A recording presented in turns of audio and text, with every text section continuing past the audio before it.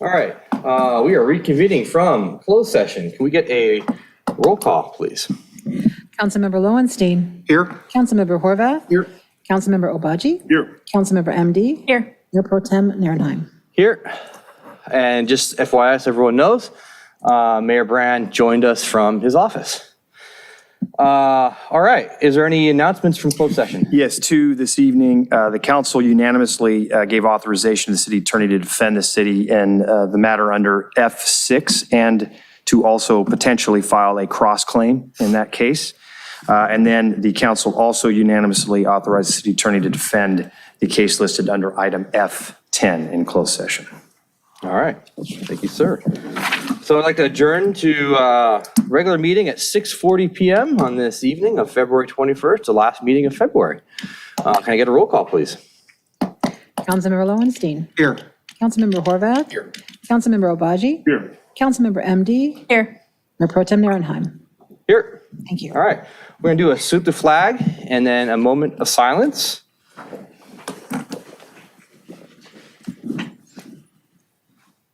Three. 1, 2, 3. I pledge allegiance to the flag of the United States of America and to the republic for which it stands, one nation, under God, indivisible, with liberty and justice for all.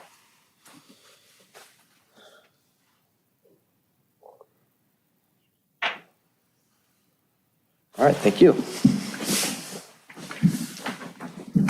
All right, we have no presentations to give or get, or checks to receive or give, so going right into regular old council announcements. Councilmember Lowenstein.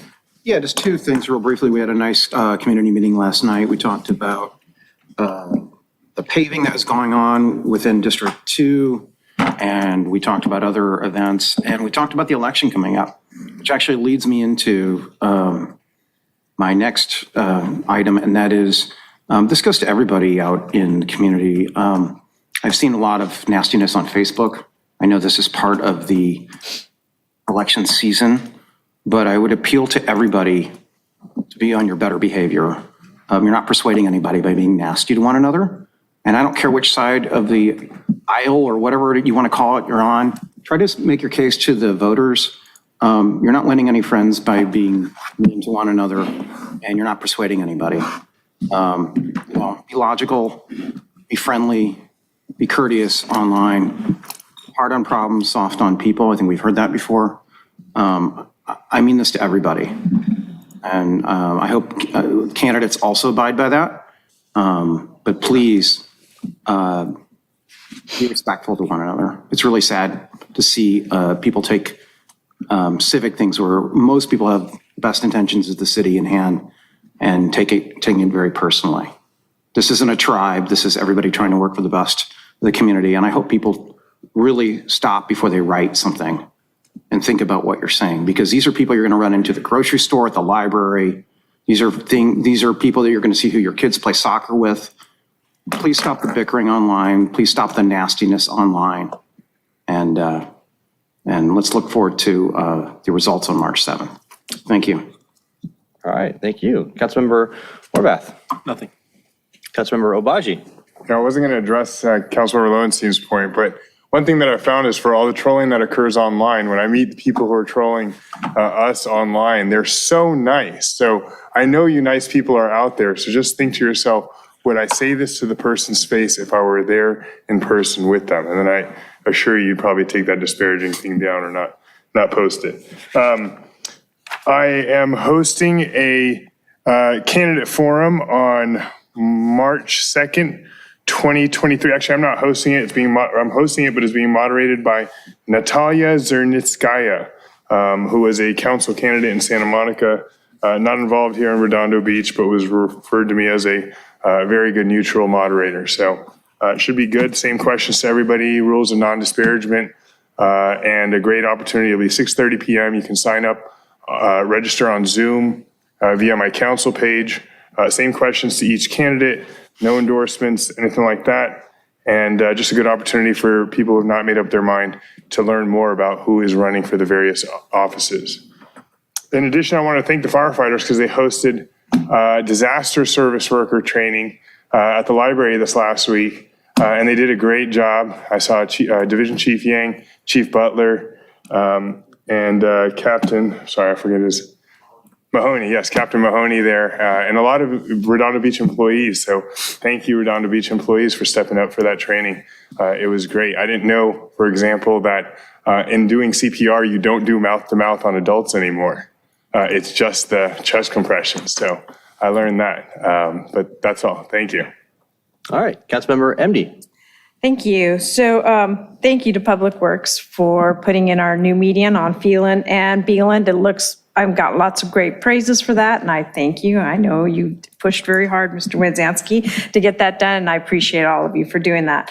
We don't want to neglect that March 5th is the police open house, that they're having that again.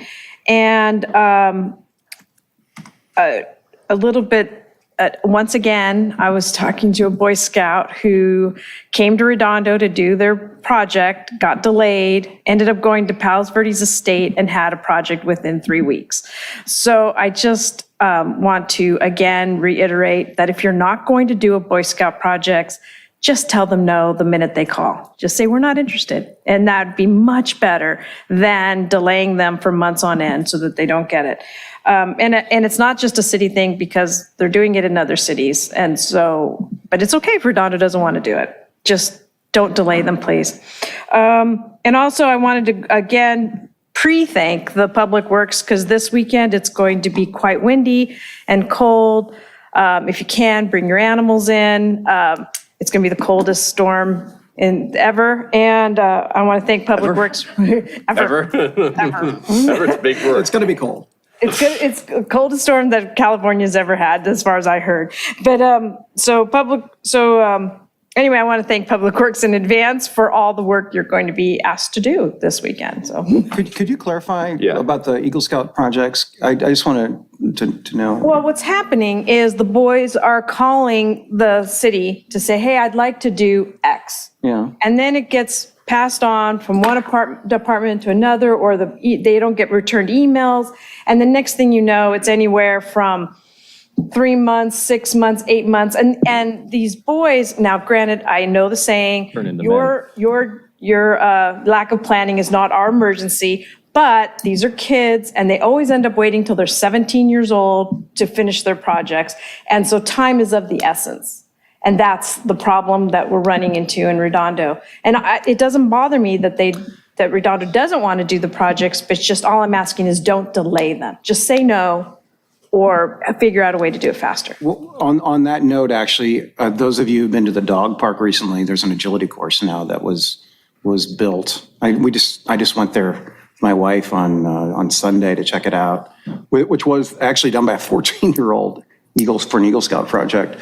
And there was another one in Wilderness Park. But yeah, I mean, it's a really good point. If people are willing to donate their labor and time and materials. As a public announcement, I would suggest anybody interested in a scout project or providing a scout project, they should reach out first to the Community Services Department. And if they're struggling to make contact with anybody, they should email Cameron Harding, the director, and then it'll be that individual who will triage that request and respond back. The Community Services Department is the gatekeeper for any commemorative donation community project request. Well, that's wonderful. So great. Thank you to all the Boy Scouts who are out there. Yeah. And you proved my point that a 14-year-old did it. So it's a little bit different when they're 17 trying to to get their project That's done. true. They're under That's a a lot of big stress. key. And I Okay. think it might also be good for them to maybe CC whoever the councilman and member is in that area so that they are aware of what's going on. Yeah. The only thing I would add to that is a great point for our volunteer program that we're getting together. And maybe those groups, those Eagle Scouts can also talk to the volunteer groups that we have because they are the ones that are, can help, can get the help. So that was my comment on the volunteers. Are you done, madam? And March 2nd, sorry, we didn't coordinate, but March 2nd is my community meeting and we'll be discussing the Manhattan Beach Boulevard project and for that as well, so. All right. Ribbon cutting? Right? All right. Some of the things that were already mentioned I was going to talk about. Thank you for the Redondo Beach Public Safety, March 5th. I had a great community meeting last night, And I was reminded at my community meeting, I did not know this. It's always good to hear new things at South Bay Galleria tomorrow night. There is the DEIR meeting for the Green Line I believe from 5 to 8 or 5 to 10, right in there, 5 to 8 at the South Bay Galleria. So, South Bay Galleria, excuse me, Performing Arts Center, sorry. I was getting mixed up. Performing Arts Center. So come on down to the Performing Arts Center tomorrow night. They are doing the same thing tonight at Torrance, City of Torrance. So they're having another meeting just for us tomorrow. So come on down for that, get your comments. And if you didn't get your ballot, we have an election going on March 7th. So if you didn't get your ballot, go to the clerk's office. Madam Clerk will take care of you, Assistant Clerk. Sure, they can call 310-318-06, oh my goodness, 0383, and we'll respond and we'll send a replacement ballot out. And the email address? cityclerk@redondo.org. Very good. So now we're all caught up on that. My next community meeting not until next month sometime, so it'll be back at Alta Vista, normal place, normal time. Thank you. All right, so moving on. May I just say really quick that there are more agendas out in the lobby if you did not get an agenda. Thank you. Approval of order of agenda. Motion to approve. Motion to move up N5, the immediate consumption ordinance, up to the beginning of the N. I'll second that. N5 to where? Beginning of the ends. Beginning of the N items? Yes. N5 for the N1, all the other N items. Got it. We all clear on that? Yes. All right, any discussion on that? All in favor? Aye. Any opposed? All right. All right, so the agenda is set. Next up, blue folder items. Do we have any blue folder items? We had one for J1 non-agenda items. We had public communications submitted. Okay, do we have anything for H? No? Okay, motion, is there a motion to put in the record, blue folder? Receive and file. Second. All in favor? Aye. Aye. All right, no agency recess, consent calendar. So moving along. We are going to approve all 20 items on the consent calendar. Thank you very much, staff. You've been busy. There's a lot of stuff here. There's nothing that I want to pull. Councilmember Lowenstein, do you want to pull anything? Yeah, H7 and H16, please.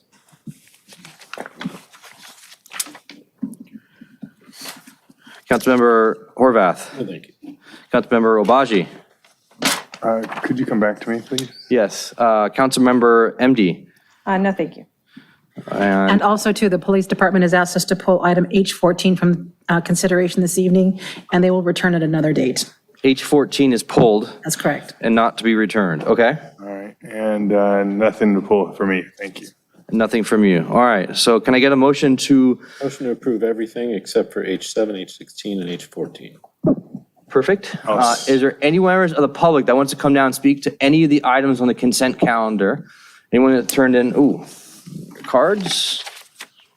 Let's see if I got any cards here for these. No. Anyone want to come down and speak to any of these items in person? No? You get your 3 minutes? Anyone put one on Zoom? We do not have anyone that has raised their hand for consent items, and we had one e-comment submitted for H12 in support. Somebody's raising his hand in the back. He can just come on down. Is it none, is it? And I'll second the motion to admit those with the comment that Wait. Admit what? he made a motion to approve the consent items with the exception of the pulled items. And I'm seconding that with the comment that there's an opening on the historical commission. If anybody from District 4 wants to apply to that. That's all. Yeah, I thought someone seconded it. Yes, sir. Do you have someone on any of the consent calendar items except for H17, 16, or 14? I believe you wanted to speak under non-agenda items, under J. Okay, hold on. We'll get to you right in one moment. Thank you, sir. All right. Is there no one else in the public that wants to speak to any of these items except for the items that we're pulling? Going twice. All right. No one on Zoom. Going 3 times. All right. Any discussion on this? No? All in favor? Aye. Anyone opposed? Nope. Is there anything to read, Madam Clerk? Yes, sir. Okay, item Adopt by title only ordinance number 3254-23, an ordinance of the City Council of the City of Redondo Beach, California, adding Title 12, Chapter 37 of the Redondo Beach Municipal Code, establishing regulations pertaining to skateboarding and skateboard parks, and amending Title 12, Chapter 2 of the Redondo Beach Municipal Code to allow skateboarding on pad number 10, and amending Title 4, Chapter 9 of the Redondo Beach Municipal Code pertaining to prohibited activities in the Redondo Beach Fisherman's Wharf area, and amending Title 4, Chapter 35 pertaining to parks and recreation facilities for second reading and adoption. Introduced for first reading and by title only, ordinance number 3255-23, an ordinance of the City Council of the City of Redondo Beach, California, adding sections 3-109 and 3-1.10 to Title 3, Chapter 1 of the Redondo Beach Municipal Code for bicycle storage at the City Transit Center. Adopt by four-fifths vote and by title only resolution number CC-2302-024, a resolution of the City Council of the City of Redondo Beach, California, modifying the adopted budget for fiscal year 2022-2023 to appropriate $63,187.44 in California Board of State and Community Corrections Officer Wellness and Mental Health Grant Award funds to the Intergovernmental Grants Fund. Adopt by title only ordinance number 3252-23, an ordinance of the City Council of the City of Redondo Beach, California, adopting an ordinance amending Title 10, Chapter 2, zoning and land use pertaining to setbacks of accessory structures in residential zones and other projections in all zones, and determining such amendments as exempt from the California Environmental Quality Act for second reading and adoption. Also adopted by title only, ordinance number 3250-23, an ordinance of the City Council of the City of Redondo Beach, California, amending sections 2-9.401 and 2-9.403 of Title II, Chapter 9, Article 4 of the Redondo Beach Municipal Code pertaining to the establishment of the Public Works and Sustainability Commission for second reading and adoption. That concludes items. All right, thank you. All right, H7. 7. Yeah, Mr. Samad or Mr. Wingy, whichever, or both. So just had a question related to this. So as I was reviewing this, I noticed that this is for the concrete work that was done on curbs and ramps. Specifically, CIP funds for traffic calming were used. Could you explain that? Because generally speaking, we like to use those funds for radar, for speed bumps, for all kinds of things, not necessarily ramps. Could you explain to us where they may have been used, the money has been used? Maybe I'll start this off and then lead it over to Andy. Ted Simon, Public Works Director. There were at least a couple of locations where we did have traffic calming measures that required physical improvements, like bulb outs. Yeah. And those bulb outs themselves are something that would not have been handled normally as a standalone project. I believe we attempted to do so as an amendment to a contract previously. The price quote that came back was excessively high, but they are incorporated into a project when we get that opportunity. And bulb outs are essentially a modification of the curb ramp area. Andy, I know we've got a couple of them, if you want to speak to those. Yeah, hi, Andy Wingy, City Engineer. I think, trying to rack my brain here where we did those, because it's been over a year now, but I think it was the Maria bulb out and the Elena Catalina bulb out crosswalk improvement there out in front of the Hawaiian restaurant. Casa Playa. So we had those two at least. And I thought there's more. There may have been others, they're just escaping me at the moment. But it's that type of project where it's a pedestrian improvement. You don't have to tell me this now, but I would like to know how much money is left in the traffic calming budget as we go back into budget season. Okay. We'd like to know what the remainder is. Do you know? Yeah, we typically provide a budget response report each year that lists out the funds that have been provided and then kind of the status of the projects that have been allocated to those funds. We'll do an updated version of that for you when we go through our capital project process. So I know we've had a number of them actually implemented now, which is, we had quite a backlog for a while. But I think it's important that we have money still in that account. Yeah. And if not, that we look at that at mid-year.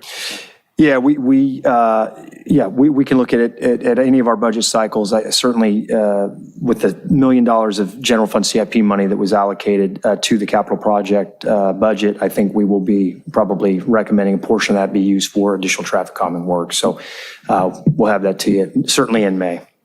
Okay, great. That's it. Thank you very much. And real quick, this is CDBG funds though. This is not our, Both. It's a combination. I think what happened Well, here is.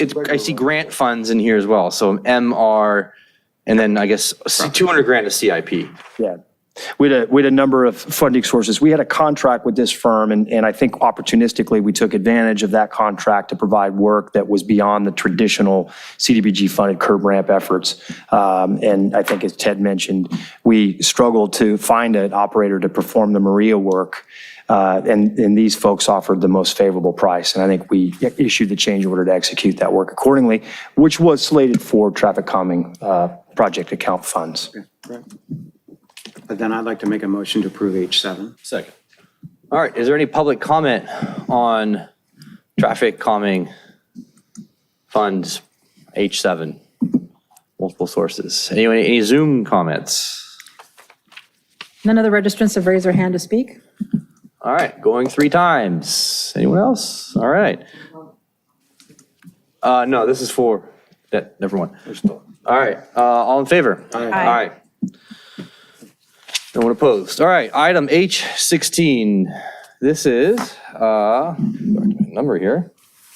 What are we? To PlaceWorks and PlaceWorks. This is the 5th amendment for PlaceWorks for another $215,000 for just shy of $2 million. Councilmember Lowenstein, you Ms. pulled this. Forbes.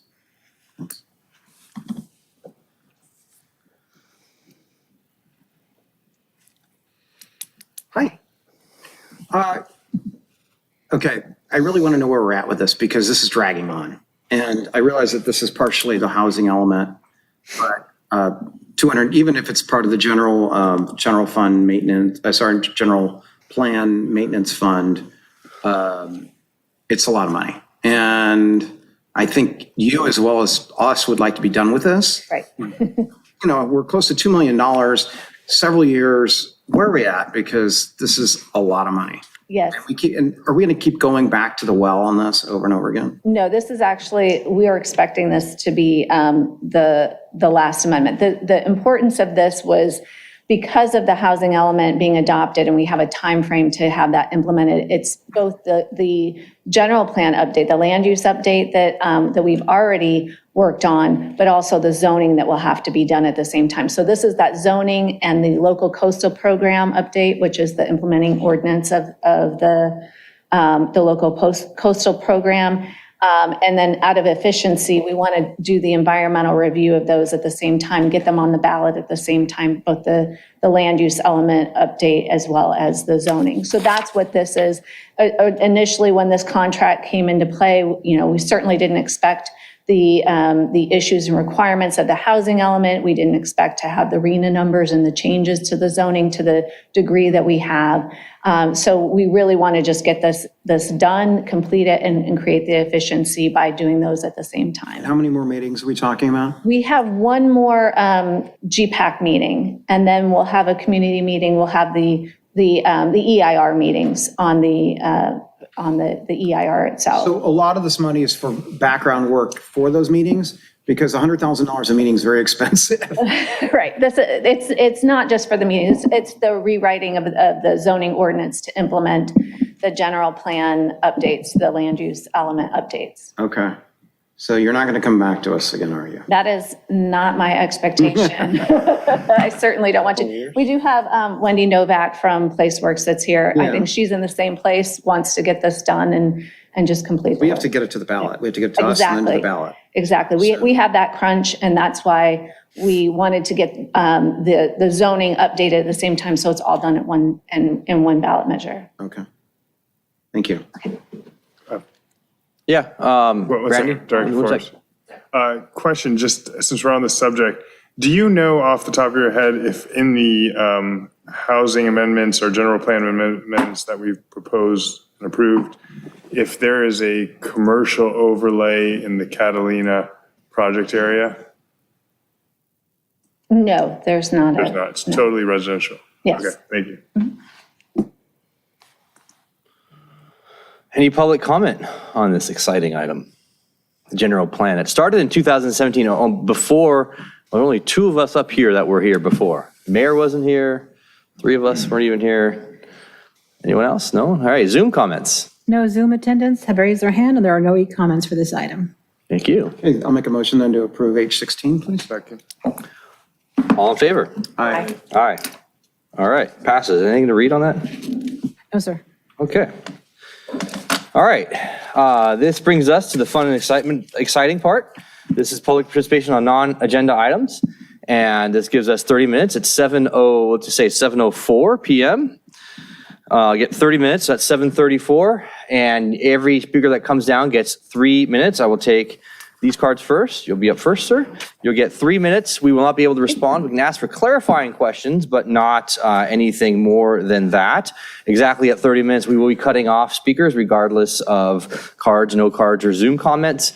And you can only speak once. And other than that, first one up, I just had it here with me. Jamel, Larry, Donald. Yes, sir. I'm here on behalf of the homeless program we have here. The project, Project Humkey. Home Key, or Moonstone, yeah, Project Home Key, Moonstone. Some correction going on with the staff. That's why it's prolonging the opening of the Project Humkey. And There's what going on with the staff? some corruption. Corruption. Yeah, because I recently got put out. I complied with everything with the homeless court, but they was doing snares and to the judge, telling one thing when I'm completing everything else. I got my Section 8 voucher. My name is Jamel Larry Donald. I put an ad in the newspaper at the Easy Reader with a friend of mine. He's no longer with us. He went to Los Angeles. He's a reporter. He started the program for me. And I was going through a lot of ups and downs with Redondo PD. But within this time, Interfaith has had the staffing come from Los Angeles. And they came out here with automotives. And they were like running things you wouldn't believe. They put me out illegally. And I already have my voucher. They never housed me. You know, I was the one who created the program, put my ad in the newspaper. And they didn't even put my picture on the front of the cover. They put Lila and some dude named Mark Evans. That didn't have nothing to do with the story. That was my story. Jamel Larry Donald. Had the homeless program come to be. Is this for the pallet shelter? Yes, but Pallet that's shelter. supposed to be a storage facility. Yep. Not a living arrangement. They run it as a room and hospice. Well, we're supposed to be up in that Project Home Key on Pacific Coast Inn. Yep. They're prolonging everyone going there. And they've been sending a lot of the tenants to Los Angeles. It's from the South Bay. And Right, because they were supposed to be open by November, December. Yeah, they should have been open before then. Yeah, within 6 months of the grant award. Yeah. And now they're not going to be open until May. We had PATH too as well. Yep. I would like Interfaith to be taken out and PATH to be brought back in, because that's where I got all my documents and everything else taken care of. Interfaith had sabotaged PATH to stop PATH from coming out here.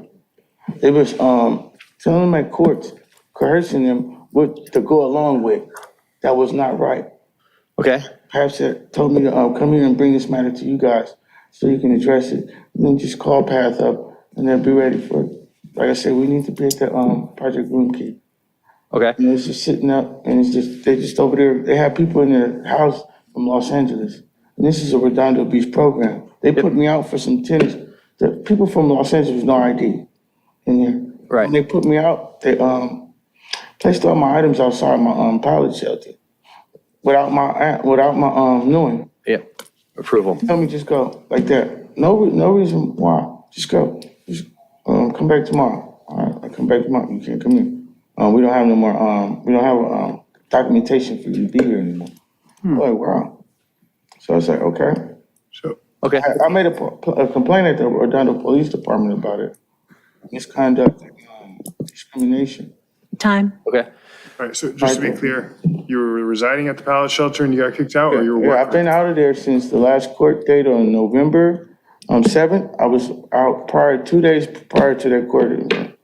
Okay. They had got a hotel room for me off of between 8th and 9th on Manhattan Beach, off of Sepulveda.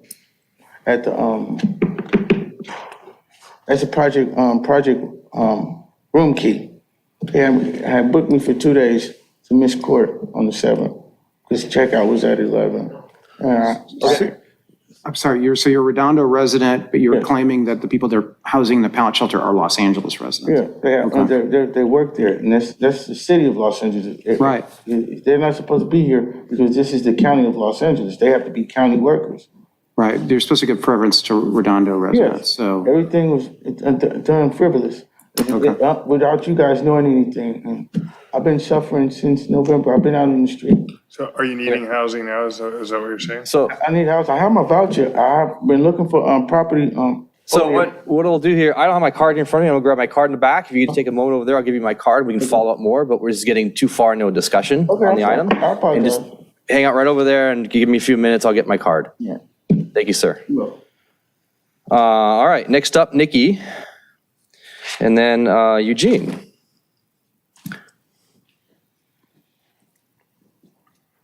Hi, good evening. Nikki Negrete Mitchell, District 3. And well, first, I just want to commend the Planning Commission. We had a great meeting last week. Was it last week? A bunch of smart people who really get it and turned out really well. Okay, so this is continuing saga of the sinkhole. So the draft EIR says if when they arrive to the build location and test the ground and find expansive soils, which we know is there, and they also know it's there, that they would simply remove that soil and replace it, which might be fine before the build. So how can it be presented as simple with less than significant impact when the existing housing developments are already sustaining damages from what is actually a heck of a lot more simple digging for the routine pipeline maintenance? Routine maintenance should be a heck of a lot more simple than removing an entire swath of land's worth of dirt and then trying to replace it. So if you add 2 and 2, you get that digging out all of the soil in that area will very likely cause more damage, and they are only addressing the soil that would go under the tracks.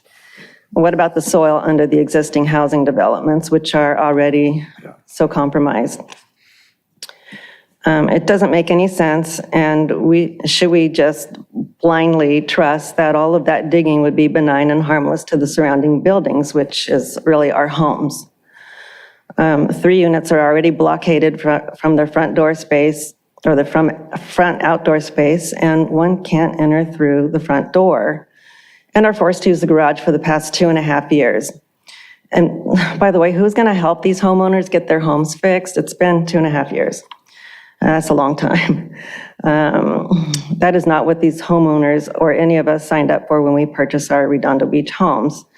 And furthermore, we were out canvassing the other day, and we heard from this really old 90-something-year-old guy that there was actually another previous sinkhole that happened near, he said down by 190th. So I'm assuming it was around like the Spreckles Court area when they were building the newer homes, which to him were newer than, because he's really old. So it's probably around the 60s or 70s. So yeah, we just need to really ensure that the homeowners here are better protected, and there are the county codes that for geology that we just hopefully can adhere to for us, for our safety. Thank you.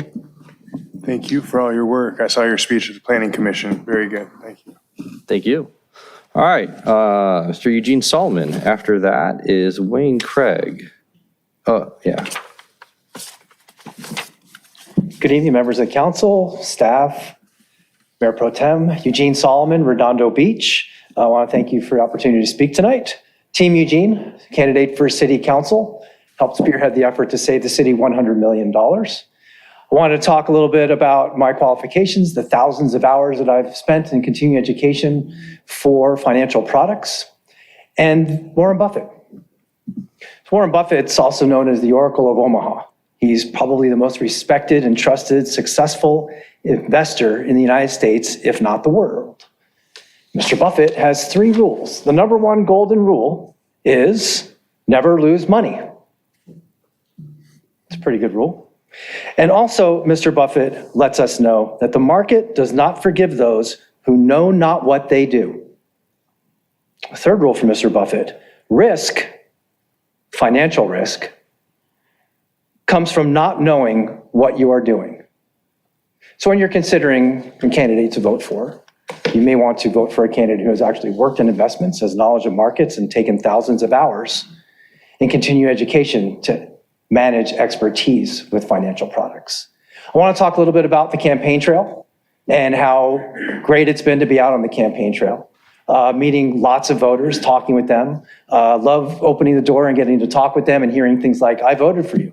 This is great. You're the person with experience. I voted with you because you have the experience. We were over at a meeting talking about the row and the impact of the metro down the road the other day. And as I walked into the room, a man stood up and shouted, this is a man that helped save Redondo Beach $100 million before he got elected. That's really grateful to hear. So I want to work as a team.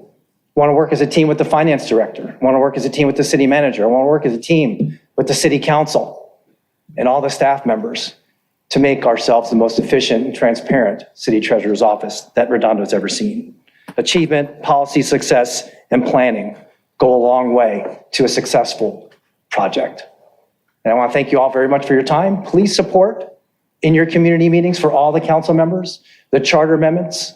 All of you voted unanimously to put those amendments on the ballot. So while you're supporting your candidates out online, when you're sending out on your Twitter accounts, when you're sending out on your Facebook pages, when you're talking in your community meetings, you're supporting candidates, whoever they may be, please also encourage people to support the charter amendments as they will make Redondo Beach a better place.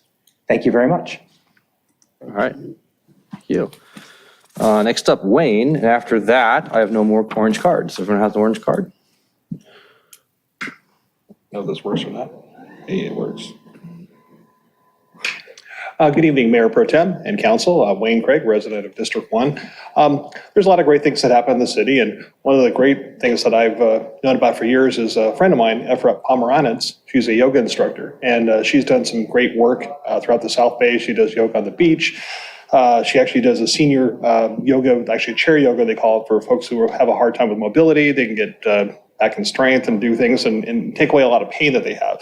And she's been doing this program at the Perry Park for about 6 years.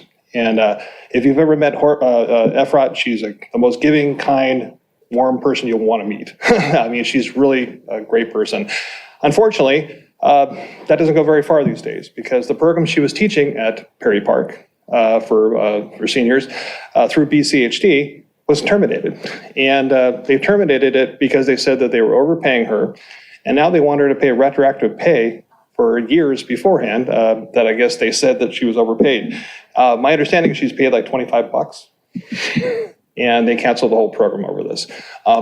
I was hoping that maybe the leadership here behind the dais might want to talk to our Park and Recs department. Maybe we can hire her separately as an independent contractor to help continue this class for these seniors who are at Perry Park, who are very saddened by the loss of this program that they really come to enjoy.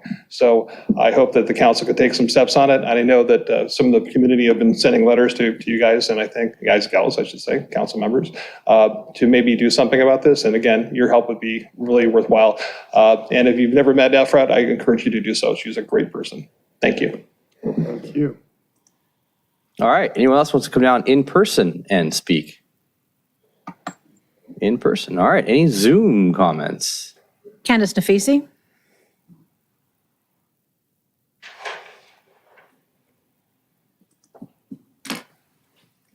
Ms. Nafisi, are you there? Good evening, Council Member and Mayor Pro Tem. This is Candace Nafisi, District 3, a candidate for City Council. I want to thank the Public Works team for problem solving a complex situation with a street light on the street of Glick Court. An entire cul-de-sac was dark and residents were feeling unsafe. And the Public Works team worked with Edison to get it back on. And everyone has shared that they're entirely grateful. Over the last 4 weeks, I've been joining resident Nikki Mitchell, founder of Redondo Beach Quality of Life, and several town halls to educate our residents on the draft environmental impact report. She's held rallies, she's sent emails, she's come to district meetings She's really pulling out all the strings to make sure that our residents are well prepared moving forward. But the question is, what are you doing? Can you send an email? Can you post on social media? We'd like to see more from you on this really important issue that impacts our residents, especially in District 3 and District 4. I want to share how much fun it's been on this campaign trail to learn what's important to you. I've met your pets, I've sat on your porch, I've listened to the train pass by. You've invited me in for coffee and snacks, and it's been so great. It's been positive, it's been fun, and I'll never forget this moment in time. District 3 deserves an advocate that will be a fierce, fierce advocate for North Redondo, and I'm happy to fill that spot. Thank you for the opportunity.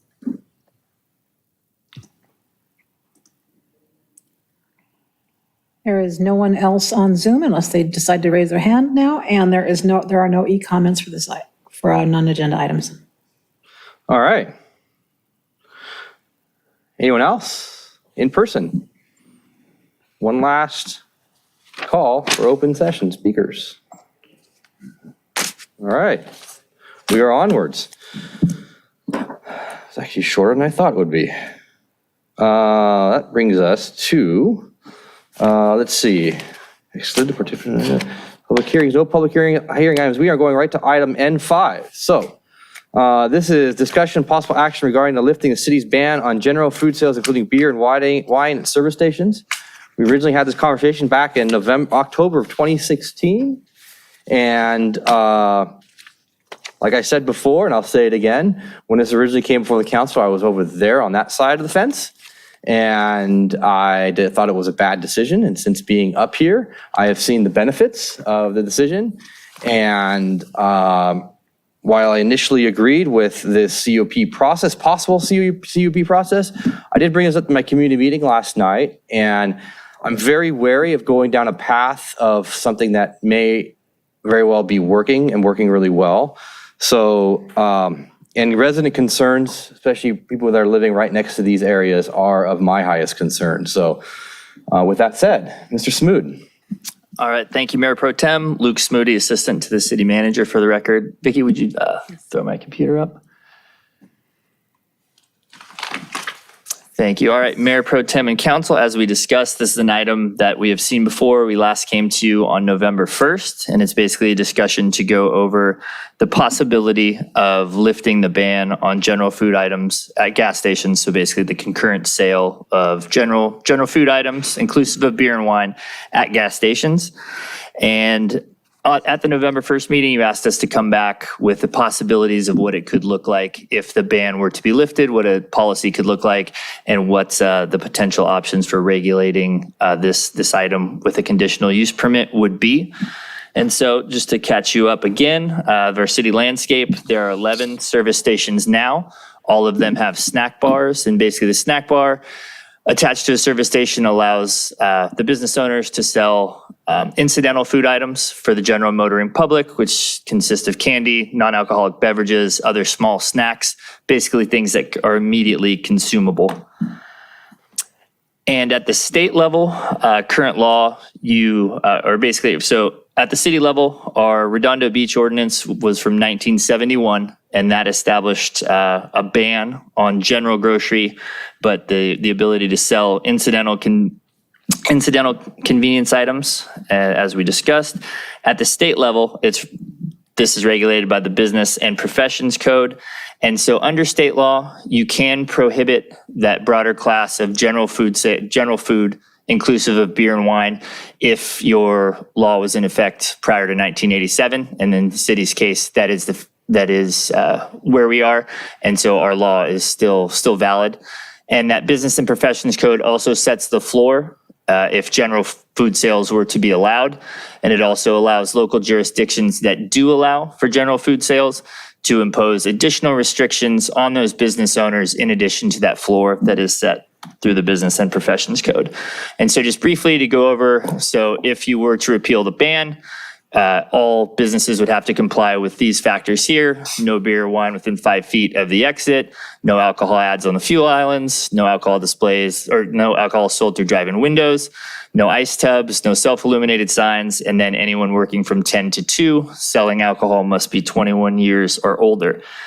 And as directed, we included a draft ordinance of what it could possibly look like. So these were all placeholder items based on some of the items that were brought up by council last time when we brought it in November of additional restrictions that could be imposed.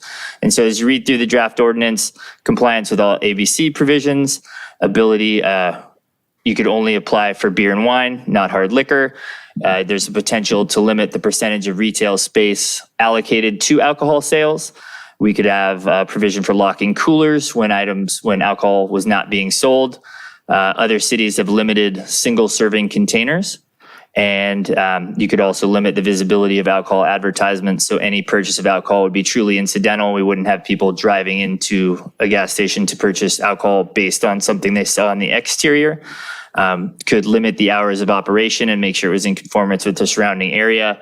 And City of Torrance specifically has a prohibition of electronic games, and sort of reading through that, it seems like the intent is not to have people congregating in an area or giving people an excuse to congregate, play a game where you might have alcohol sold as well. So these were put in the draft ordinance, but aren't necessarily required, and up to council to, if you choose to repeal, to set the limits on all of these items.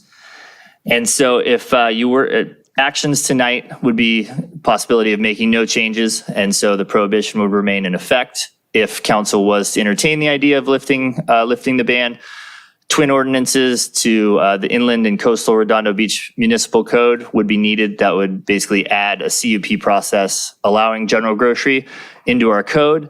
And then once that went, if that was passed, there'd be a companion resolution to send that amendment of land use amendment to the Coastal Commission for approval. And we'd also have to have public hearings at both the Planning Commission and the City Council. And so if we were to introduce a conditional use permit process, there is good language in our conditional use permit code that would give us the ability to regulate these locations if they were established. And so as a condition for initial approval, the proposed use would have no adverse effect on abutting property or the permitted use thereof. So if it was going to have a demonstrable impact, that could be a reason for denial of a CUP. Or if a CUP was issued, there are several, and these are just excerpts. The code is more exhaustive than this, but these are just some highlight items. If granting would be infeasible to the health and safety and welfare of the community, CUP could be revoked. If there wasn't substantial compliance with those additional regulations we put forth in any amended municipal code, that could be a denial. And then if the exercise of the CUP is detrimental to the health and safety and welfare of the community, it could also be a reason for revocation. So if we saw a spike in crime and with an alcohol-related bent, that could be something that we could leverage. And that is the conclusion of, and I have some other statistics if we want to get into that, but that's the sort of my presentation for now, but I'm open to any questions or follow-up that you have. All right. Thank you, sir. I know how Mayor Brand feels about this, and he lives right down the street on Broadway. And he was here back as a regular council member back in 2016. Councilmember Waji. Sure. Thank you. First, thank you, Mr. Smoot. Great research. Clearly, you dug up a lot of information on how these CUPs have been regulated in other cities. And what's clear is that the city can regulate the issuance of CUPs for general food sales based on objective criteria, including,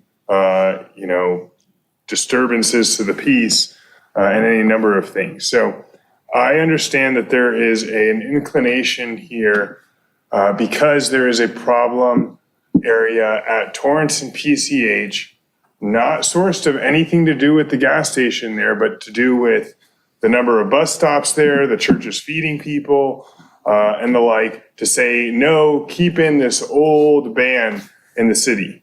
And that is, to me, one of the poorest decisions that we could make as a council, because there's a problem there for sure. And I've gotten messages from the mayor, pictures from the mayor and the like, of human feces on the ground and so on and so forth in the area. But the two are not related. There are already liquor stores in the area. There are, if you go to Google Maps, type Torrance PCH, say liquor store, there are liquor stores in the area. I don't think that folks are going in to the gas station to buy a bottle of Cabernet to drink on the street. I think they're going for something a little tougher. And if they do want a single can of beer, we have the ability here to ban single beers being sold. Moreover, it seems like between the last meeting when the owner of that gas station came forward after he was identified as having made about 200 phone calls in a 1-year period to the police department, and legitimately so because there's a guy out there with a knife or another guy who lit up a trash can on fire and all sorts of public safety incidences, that at some point there should have been some reaction to that by the city, whether it's stationing more police down there, putting more homeless services down there, putting more mental health services down there. But to basically say, oh, we're going to do nothing differently and we're going to come here and just perpetuate this ban is foolish. And the reason that this whole discussion came about is because in District 4 on Artesia Boulevard and Inglewood, where we need investment, where we need revitalization, where we need redevelopment, we're banking on the Galleria at some point, but that's not yet coming in. We got the Grub House approved. We have an owner of the mobile gas station over there who is saying, look, I'm going to shut down the garage repair portion of my gas station, and I'll invest over $1 million into rebuilding this structure here, putting it in an ice cream shop, and I'd like to sell general food items, and because I'm going to put in electric chargers for the cars. And while people charge their car, because the electric chargers can only go so fast, they can go into the shop and pick up essential things like a gallon of milk, almond milk, cashew milk, whatever it is you want to drink, and then take it to their car, and now their car is being fueled. Moreover, when people come to his shop and they say, oh, you know, do you have a case of beer that we can buy? It's Sunday, or we want to watch Monday Night Football. He says, nope. And they go across the street to Lawndale where they can buy it. So we're bleeding sales money, the sales tax money to other cities. We're also losing out on the opportunity for essential redevelopment in areas, economic corridors where we need redevelopment. So I urge everybody on the council to vote in favor of this because the city has the means to regulate the issuance of the CUPs. Indeed, the Planning Commission would be the body to first weigh in on whether somebody gets a CUP or not. And if somebody was aggrieved by it, so for example, if there was a CUP that was issued by the Planning Commission that you didn't agree with, we know that city council members have the ability to draw up an appeal and bring the item to city council. So there is no loss of control by removing this ban, and by no means is it going to lead to a perpetuation of problems in the Torrance PCH area. It's a problematic area. Has nothing to do with the gas station, has nothing to do with general food sales coming to the area. There needs to be attention to that area, and I'll make a referral to that end when we get to the end of the agenda. But it's shocking to me that nobody has done anything specific to that intersection in the whole time I've been on council, and yet that's going to be used as a crux by some folks to naysay this whole ordinance across the whole city. That's all. Do you, when you say that corner, you mean the corner of PCH and Torrance Boulevard? Yeah, Torrance PCH. Want a little more history on that? No, I'm looking at the present day. I know it's a problem area. I've seen, the mayor and I had extensive discussions. He sent me pictures of human feces on the lawn, showing me pictures at the present time live of what's going on in that intersection. It looks like an awful intersection right now. I get that. There is a problem there. And based on what I'm gathering is the information around that intersection, maybe the objective criteria would say, don't grant a CUP there. It's a conditional use permit, meaning if certain conditions are present, then the permit will be granted. And if they are not, then a permit will not be granted. And we have discretion over that. Okay.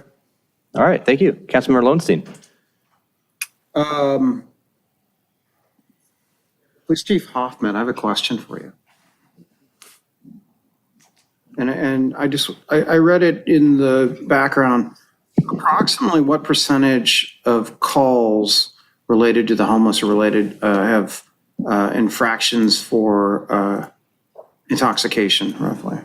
I don't have the exact data with a precise percentage, but I can tell you that there's definitely a nexus between our issues that we experience with homelessness and alcohol-related incidents. I think it was in the neighborhood of between like 20 and 25%, if I'm not mistaken. That sounds like it's in the ballpark, but I don't have the exact precise figure. Okay, sorry to catch you off guard on that, but I think that was in the actual packet. That corner that we're talking about, the Torrance and PCH, has a CVS across the street. And they do sell alcohol in there. They sell beer and wine, I believe. I don't know if I don't think they have a liquor license, but I believe they sell beer and wine. I could be wrong about that. They have to have a liquor license to sell alcohol. No, I mean for hard liquor. Oh. But they have The CVS? Yes. Yeah, they sell hard Do they? liquor. Okay. There's also a liquor store at the corner of Diamond and Catalina, which is a few blocks from there. While I understand the need to sell food, in fact, if you go into the 7-Eleven that's there's a lot of food, quite honestly, in there. But we're not going to make money off of the sale of food, generally speaking, because food is not taxed, we don't receive sales tax for food in California with a few exceptions. We're really talking about alcohol, the sale of alcohol. The question is, how much enforcement are we going to need, and how many extra issues is this going to cause to balance out any excess revenue? And it's the same question we have with cannabis dispensaries, et cetera. Is it worth the extra revenue that it takes, that the city makes, versus how much we're going to spend on enforcement? I can tell you, since this item first appeared, that I've had 0 people contact me about, why aren't you selling food and alcohol in gas stations? I don't see a groundswell of people asking for that. But what I do see is postings by Lila Omura and the police who help out, that this is a major problem, not just at that corner where there's a bus stop, but 1 block away at the pier. I'm not sure how that helps the sale of whatever it might be, whether it's beer, malt liquor, wine, whatever it is, how that's going to help the situation anymore. I think it's a straw man argument because we don't know yet what will actually happen when we do allow this, if we do allow this. I have no problem, Mr. Abaji, with you doing this in your district. But when the chickens come home to roost in District 2, then it becomes a real problem for me and residents and the police and Lila and everybody else. You could be right. You could be very right that that's not going to lead to excess intoxication calls. I'm not sure I want to take that risk, but I don't know if we can actually segregate it so that certain areas of the city, as part of this ordinance, it can be allowed in certain areas and not in the coastal areas. Do you know that answer, Mr. Witzansky? I think the short answer is we have to have a holistic CUP process that is citywide. Now, how you evaluate each of those prospective applications is going to be on a case-by-case basis based on the conditions in that location and in the ground. What I can tell you from Luke's research, and he can elaborate on this, many municipalities that have a CUP process do on occasion deny applications based on what's occurring in that neighborhood. It's not an uncommon thing to occur. But what we have to make clear is we're either allowing that process to occur citywide and to be considered on an application basis, or we're not. We can't say we're going to allow applications only in North Redondo because we feel like we don't currently have a problem. We're going to have to allow for the CUP process throughout the city. But each one would be evaluated on its merits. Once you allow a CUP, it's very tough to revoke it. I mean, we could just say, yeah, let's do it. There's going to be people that will be speaking, it's a very difficult thing. It could be subject to legal challenges. It could be subject to a lot of issues.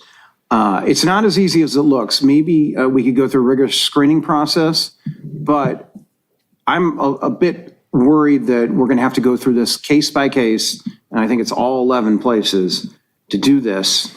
I don't honestly see, while I am sympathetic to the gentleman that wants to expand his business, this causes a lot of problems in other areas of the city, and especially areas near the pier. where we've had major problems with homelessness now. And I don't see how this helps that. I personally don't see the need to cause more problems than it solves. I've had nobody contact me on this. If somebody wants to buy alcohol at the Shell at Burl and Prospect, they can walk 150 feet over to the Vons and pick it up there. It's not like they can't get it there. If they want to buy food, they can still buy food at the 7-Eleven. If they want to buy beer and wine, they can buy it at the CVS across the street at Torrance and PCH.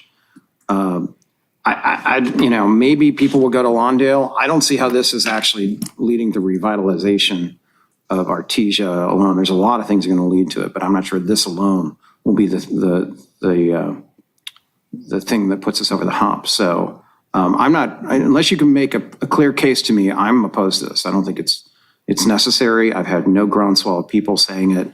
And while we're trying to be business friendly, I honestly don't see how this is going to help and make it even worse for the police and our folks that are dealing with the homeless issue right now. Sorry, or unhoused issue. So that's where I'm at with this. Thank you. All right. Councilmember Baji. I think Councilmember MD has her hand up. Councilmember MD. Okay, so you say that no one has called to tell you that they want to have beer and wine at gas stations, but I've also not had any calls of anybody who's objecting to it. So, I'm not sure that's a good, barometer on that. And then when it comes to discussing revenue, I believe I said this last time, revenue is not the reason to do this at all, because it's 11 gas stations out of hundreds of places that you can go buy beer and wine out of Redondo Beach. It is such a small drop in the bucket when it comes to revenue. That's not the reason to do it as well. It's to support our businesses and our gas stations that are requesting this, and it is to be supportive of businesses. And as far as any negative consequences of it, I just can't imagine that 11 places out of hundreds of places. There's 119 places in South Redondo alone where you can buy alcohol on premises. There are 19 in South Redondo and all of South Redondo. Yeah. And then 27, to carry out. And in South Redondo, the gas stations, there's 6.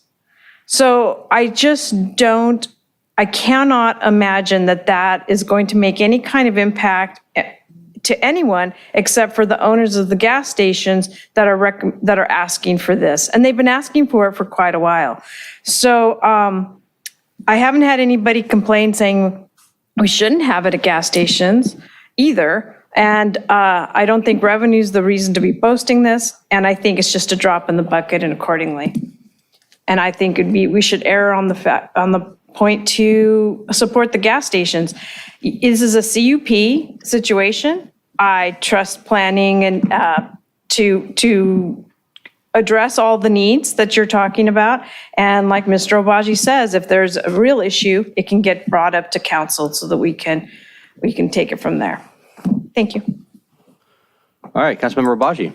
All right, I do think it's about revenue, not necessarily for the city, but for the gas station owners. Moreover, we're ignoring the fact that the world is changing as far as what powers automobiles.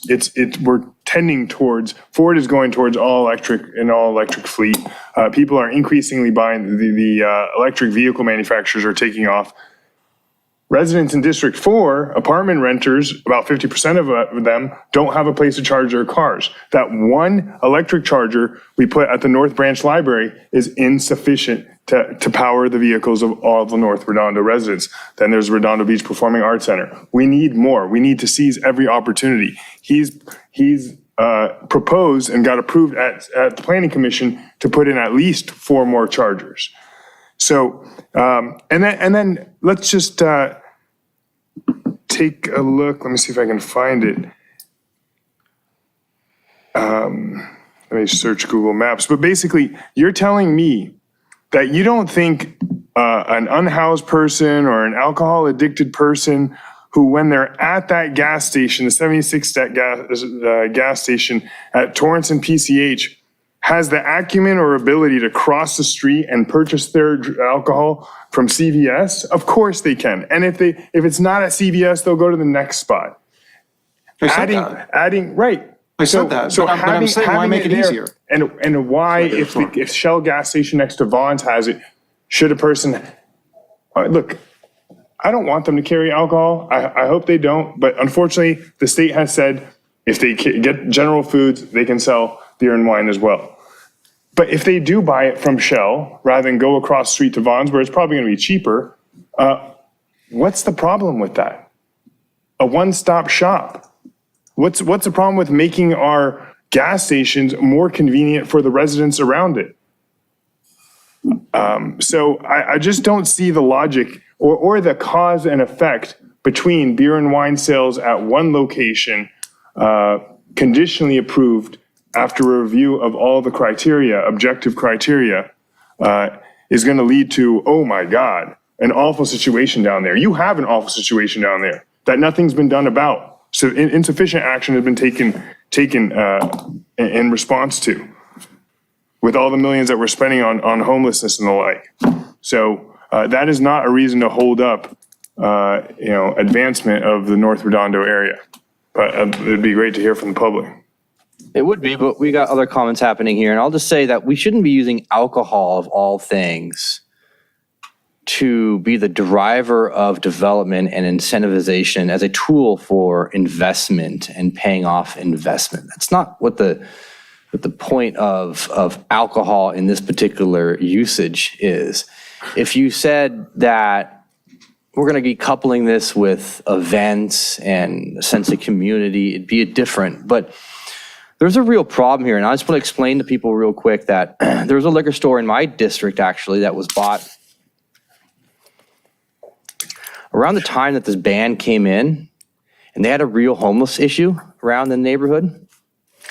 And after they bought it, this owner bought it, who's actually a refugee and immigrant, built the liquor store up, and you walk in there now, they don't have a homeless problem around the neighborhood because he went through and made sure that that wasn't an issue. And he's growing and expanding, and I talked to him for a long time about that and some other places. A lot of these places don't mind the extra competition. That's not what it's about. What it's about here is understanding the area that you're in. And we're in a really tough spot with a lot of these gas stations in a lot of these areas. And we're moving forward in a really positive way. We should tread lightly about rescinding this. And that's kind of my thought right now. Councilmember Lowenstein. Yeah, real quickly, I'm not ignorant to what's going on in the automotive industry. I just bought another electric vehicle for our family. So 2 out of 3 vehicles in our family are that, and I imagine within a few years, all of them will be. So I'm well aware of the trends in the automotive industry. I read about it all the time. And I think gas stations like the gentleman at Inglewood and Artesia will take advantage of that. I think that's great. Why not just allow food and not beer and wine? Can we do that? I think we can. Right? Yes, we have to allow both. That's the whole point. That's the point of the CUP. That's correct. Under state law, you can't separate the two. Okay, all right, General well, then grocery that is poses a problem. inclusive. So if you have a fire, why pour gasoline on the fire? And I know that it's very easy for people to cross the street and do that, but why do I want to make it convenient for people that might have issues? I don't quite understand that. Most people that don't have a car are able to walk and could easily cross the street. Why should I make it easier so that they can't cross, so that they have to cross the street? So they don't have to cross the street. I don't quite understand that. So it's this particular issue. And listen, if you wanted to put it in the area that you represent, I'd have no problem with it, but we can't do it according to how this is brought about. So I don't know how you're going to persuade me to say that it's not going to be an issue. We do a lot for our business owners in town, but we also ask a lot of them. And, like I said, they already offer a lot of food options at that 7-Eleven. You're now saying, okay, well, then let's give them beer and wine. And at this point, you've not made a case for me, no pun intended, to allow beer and wine at that facility. So again, I just don't see it. I honestly don't see what, and again, and I agree with Councilmember MD, this is not about revenue, should not be about revenue, because we're not making much money as well off of food. Again, a lot of it's not taxed as it is with sales tax. So we're really talking about beer and wine in terms of any revenue. So again, that's where I'm at on it. I still have not heard a persuasive reason to lift it. Councilmember MD brought up a point about when you said, Councilmember Lowenstein, about people saying wanting it, and then there's people saying we said that didn't want it. Well, my community meeting last night, I heard many people saying they didn't want it. But that's kind of a false pretense, because you got to go out there and really ask and mine and understand what's going on in the community. And what that makes me think about that is this.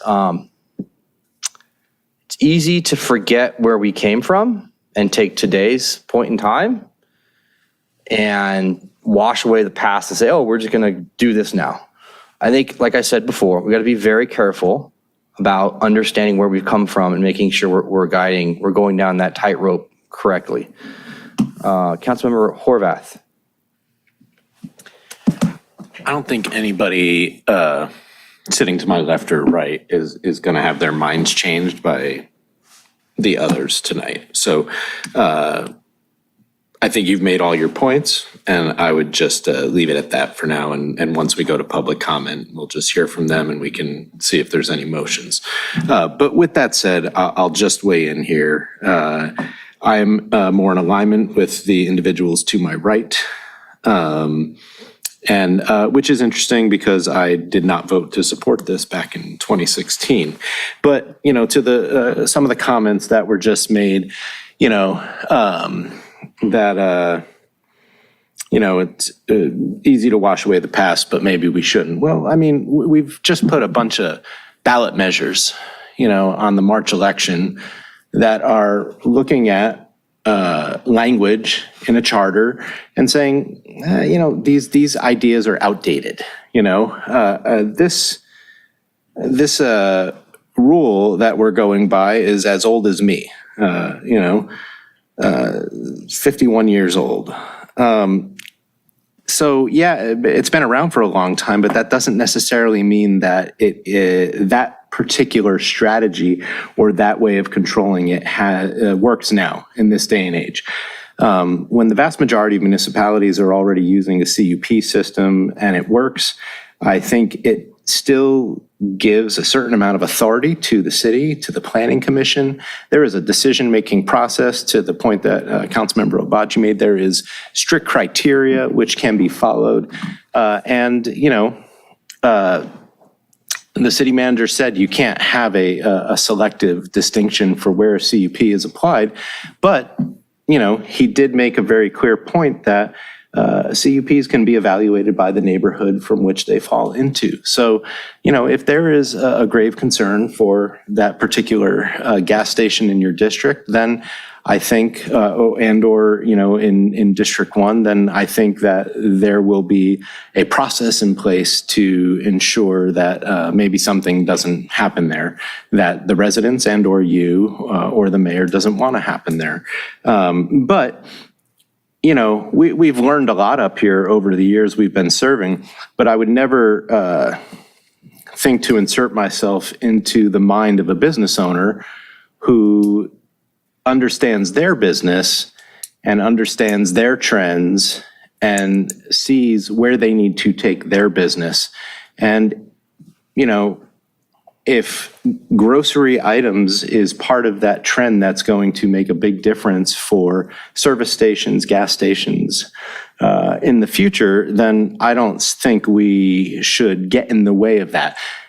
They can make that determination if they want to sell alcohol. They don't have to, right? They can, it's if they want to. It comes with the state package that you have to be allowed to as a result of that. But the property owner does not have to sell alcohol. Is that a fair statement? That's my understanding, and that's what we built into the draft ordinance that was vetted by the city attorney's office. Right. So I think, to Councilwoman MD's point, there are only 11 stations in the city. This is not, I don't think this is going to turn the tide and create a major issue. But even in the event that it would, there would still be a process in place to help control, gauge what is needed or not needed, and a process that any individual business owner would have to go through to establish having these sales. And, you know, in the audience tonight, we only have only two business owners here. And I think when we talked about this in 2016, there may have been like 3 or 4, you know? So I don't even know that all 11 places are particularly interested in it, you know, because they're not here. So, anyways, I would just say, let's go to the audience. Let's hear what they have to say. You know, if I was to make a prediction, it's going to be a 3-2 and it's going to get vetoed. So I don't think there's any reason to drag it out. All right, Councilmember Raji, your hand's still up, but I'm assuming you want to go to. No, I actually do want to make a response to your statements, which were highly offensive to me, Mayor Pro Tem, to say that this is things we're trying to achieve with alcohol. No, this is about a general food sales ban, first and foremost. The fact that we're discussing alcohol is because the state's tied our hands and included beer and wine as permissive when you allow general food sales at a gas station. So let's be clear on that and not let's stop the political spin here, because I don't expect that from the Mayor Pro Tem. On the subject of, you know, the CUP approval, Councilmember Lowenstein, we just heard from Nikki Negretti Mitchell that the Planning Commission is one of the brightest she's seen. They're super bright. They did great work on the Metro C line. We handpicked and advised the mayor relative to who should be on the Planning Commission. You don't trust the planning commissioners in this city to determine where a CUP, where sufficient findings exist to support a CUP and where they don't. And the third point I want to make is that I've spoken to the Shell gas station, or I believe it's a Shell gas station on Artesia and Aviation, and they have problems with homeless in a nook and cranny around their property near the Denny's, where people sleep and defecate and all that stuff. And so they don't want alcohol sales at their gas station. And they won't engage in alcohol sales if they get the general food sales ban lifted. But they might sell some other foods. So I encourage you all to vote yes, but yes, it would be wonderful to hear from the public. Councilmember Horvath, you put your hand up. No, I'm sorry. Okay. All right. Item N5. First, we have Mike Grady and then Bashir Shahimi. Council, my name is Mike Grady. I run Independent Repair and Tire Pros next to the mobile gas station. I never thought I'd be up here defending what they're trying to do at the gas station next door and all this alcohol talk that we're having, or the fact that his gas station is being punished because of what's happening at another one on the other side of the city 6 miles away. But what I do want to say is this. You've got the ability to control who gets these CUPs or not. The reason this all came up didn't have anything to do with alcohol. At his gas station, he can't sell a pack of cigarettes legally. You're not going to sit there and smoke 20 cigarettes there at the gas station before you leave. He can't sell a large bag of potato chips. He can't sell a gallon of milk. He can't sell all these things. The fact that the city ignores it, it's still against the law. And he came because he wants to build a big mini market and put in a Haagen-Dazs. And this whole thing came up because alcohol is related. He's told me personally that he would be happy if he could just sell the food he wants to sell without alcohol. But he can't do that without this ban being lifted. But as it states right now, you have to realize he's trying to put in a beautiful building with real upgrades and take down the auto shop, which was why I'm so vested, because I'm going to help him by taking his automotive business into my shop, which is right next door. So that's why I care so much. But I also like ice cream. I want to be able to go next door and get the Haagen-Dazs. And I want to be able to go next. I don't get a lunch half the time. I can't get out. I'd like to go next door, and if he sells hot dogs or a hamburger or whatever it is, I want to be able to go get that, a potato salad, a large tub of potato salad, whatever it is. But this law doesn't allow him to do that. He doesn't want to make a $1 million plus investment into this and then be told he can't sell any of this stuff in his mini market, which is legally, if one person complains, that's what it's going to come down to. That's where this all started from. The alcohol being tied to it is something we can't control, but you can. You can decide which station is going to be allowed to sell alcohol. And quite frankly, with almost 200 places selling alcohol in the city of Redondo Beach, what difference is 11 going to make? Really, seriously, is that going to really make a difference whether they walk across the street or buy it right there?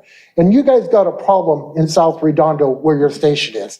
You need to get the police on that. You need to get people down there taking care of it, solve the problem so that he can sell alcohol there because he doesn't have a problem around him. That station owner's done everything he can to tell you there's a problem here and to get help, and you guys have ignored him. You, the whole city of Redondo Beach. It's time to change that, fix the problem, and then allow us the CUPs and allow those stations that it won't affect to make some money. Can I have a little more time? Yes, motion to extend. In his particular case, gas stations, you guys all may believe that gas station owners make a ton of money on gas. They make about 20 cents a gallon, okay? It's not a ton of money. They made money on auto repair for a long time. Auto repair is going away. My shop is strictly auto repair, and I'm eventually going to go out of business. I'm not going to have a choice. The industry is changing. Right now, I'm surviving. Bringing in his business will help me to survive. So in reality, if he doesn't get this, I'm in jeopardy too. I'm counting on his clientele and his 35 or 40,000 a month in auto repair coming to my shop to help me last for another 10 or 20 years. But the fact is, auto business is dying. And these stations, if they can't sell food items and beer and alcohol, if you want to call it that, they're going to go out of business too. And if you guys think he's making money on charging, if he makes anything, it'll be very little. The charging companies will come in like Edison that's going to come in and put his stuff. They're the ones that make money on it. He just gives them the space to do it and gives customers a reason to come to his place. You've got to give this man some way to make an income. You've got to give him something, right? And it's not his fault that the city has a problem in South Redondo. And I don't know this to be fact. He knows more than I do, but I understand only about half plan to even try and get this permit to do it. And some of them are going to want the food without the alcohol.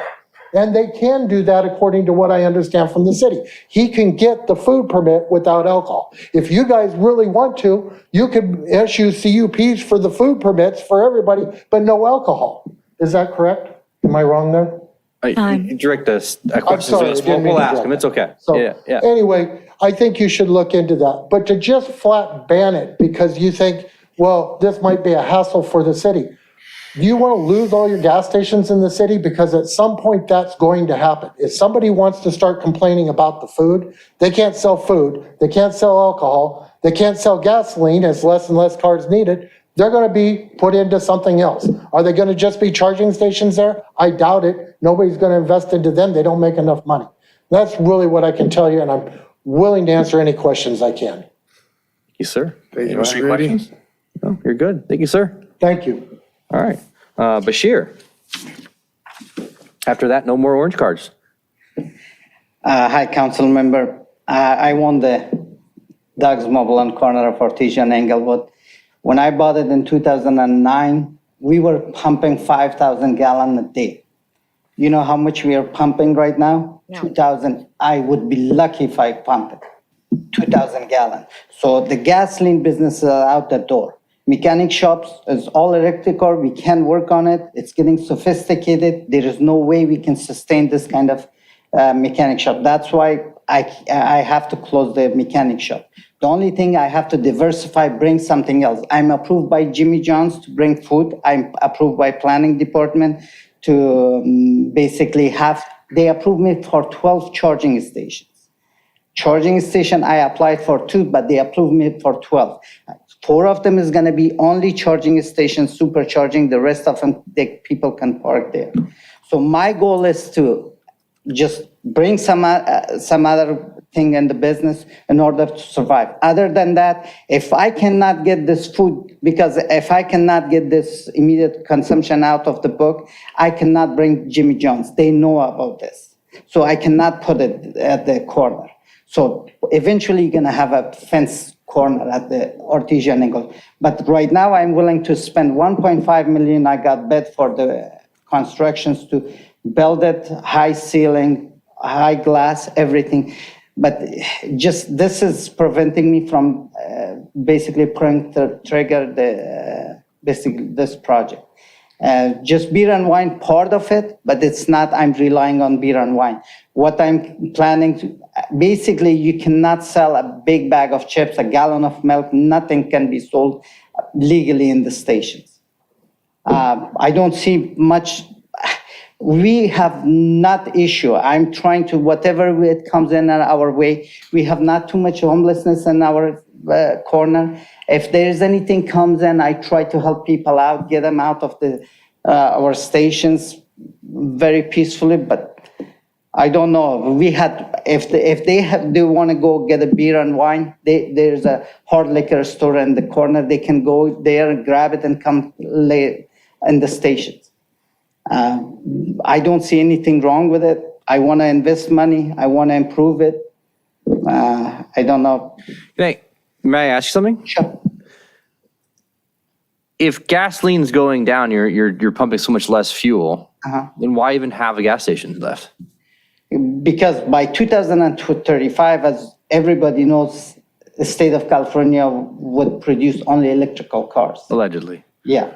So it's dropping. Every 2 cars is a Tesla right now. So I'm diversifying, basically bringing charging station to make a little income from the charging stations, food, Häagen-Dazs, other things. But that's my question. Why even move forward with the gasoline or have that? I can't. I have a contract right now with ExxonMobil supplying it. I can't change it. Okay. It would be up to me. You know what I would do? I got an offer from Chase Bank that I would lease it to them and I walk away with I hand them the key and I walk away from it. But I invested so much all my life in that corner, I can't walk away from it at this moment. My mortgage is I'm getting delayed. Eventually, if this is not gonna go through, I'm not gonna put $1.5 million pulling out equity out of my property to put in this stations. You're gonna have a fenced up corner in there. That's all I'm gonna tell you. Thank you. Questions?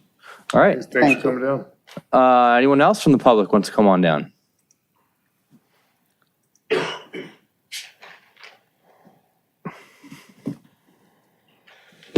Good evening, Mayor Pro Tem, council members.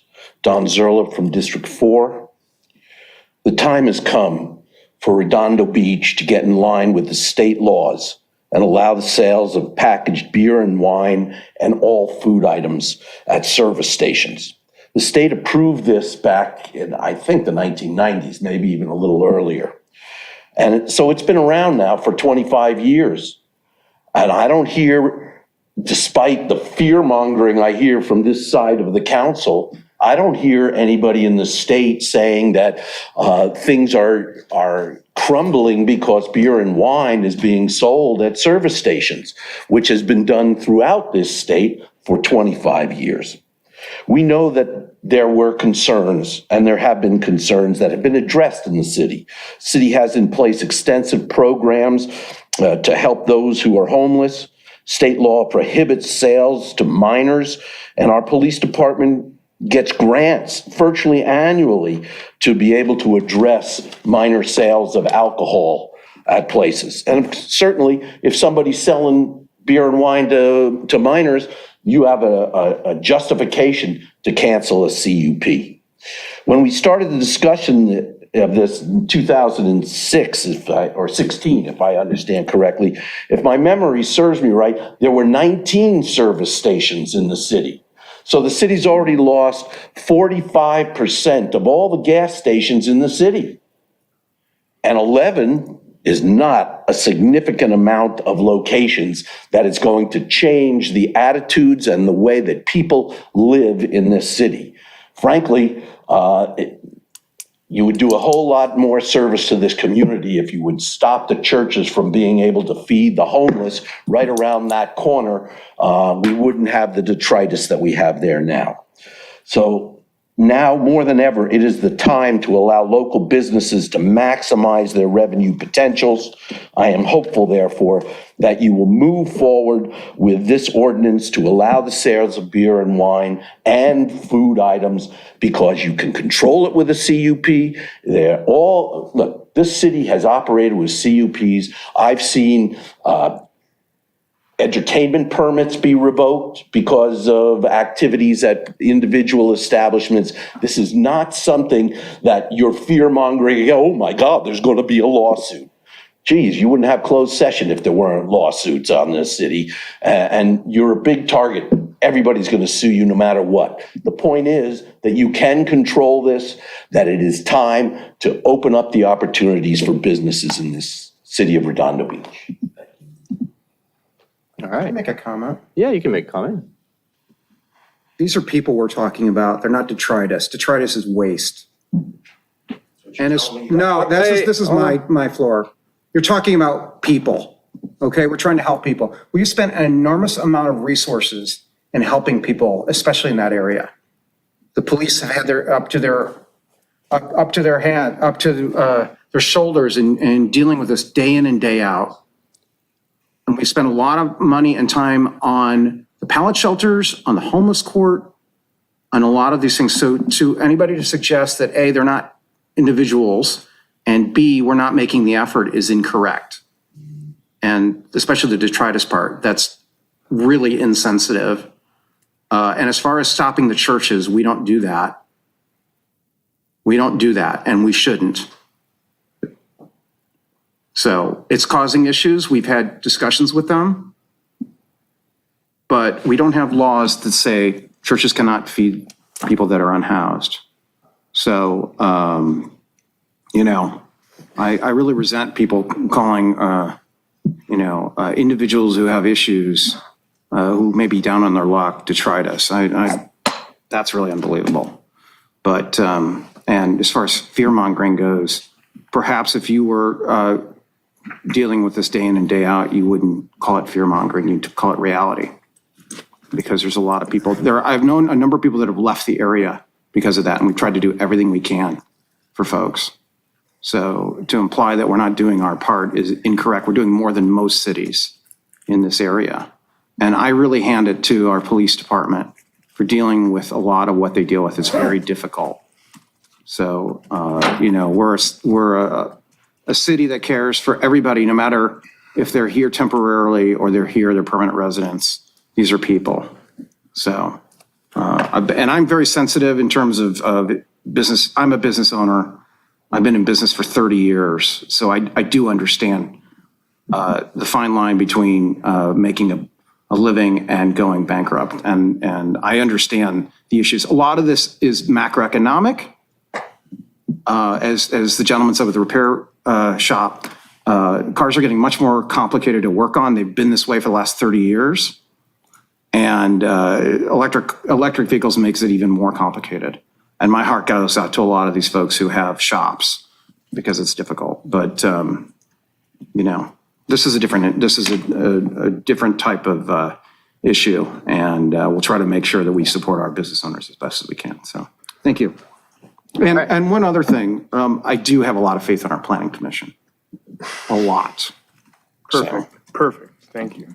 Thank you. All right, next up, anyone else?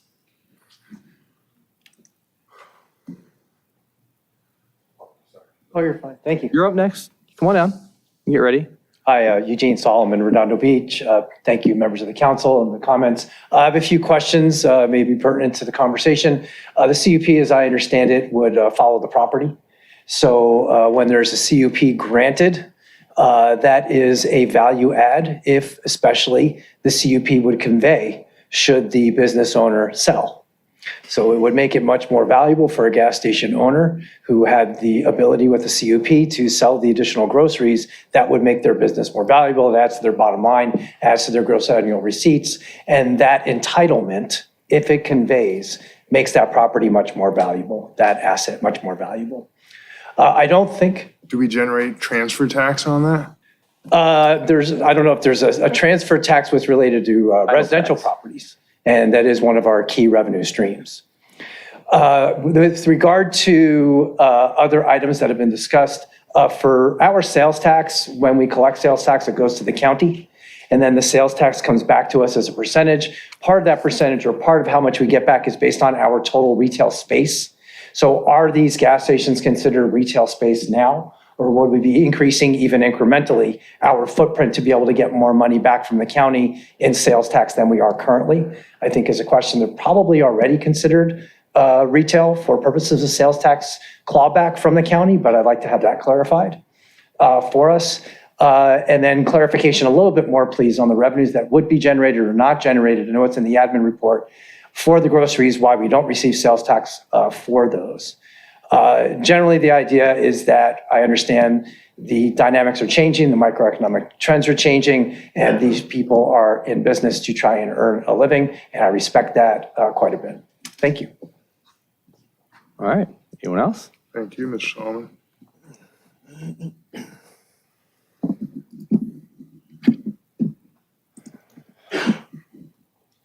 Well, I'm here again, and I don't know. Name, please. Anyway, I already Introduce yourself real quick. Sorry.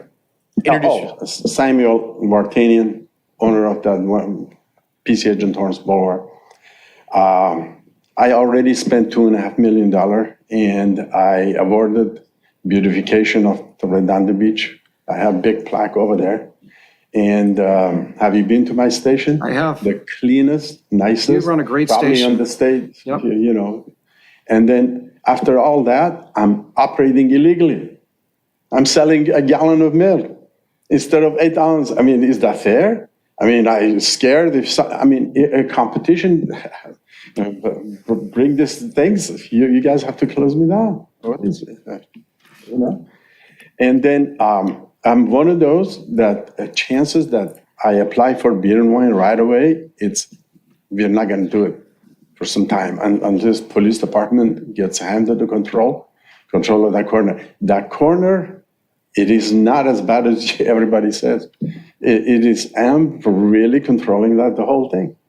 And not only I'm controlling the station and everything else around it, I don't understand why you are against that corner for some reason. No, I think you run a great it's station. unfortunate, your district, you're just, please just change that CUP. I don't care about the beer and wine. So let us operate legally. You don't care about the beer and wine alcohol? No, at this point, no. I mean, we just want to be part of legal things, you know. Yep. No, I got you. I mean, yeah, maybe down the line, if everything's clear, nice, or by the way, I designed the door.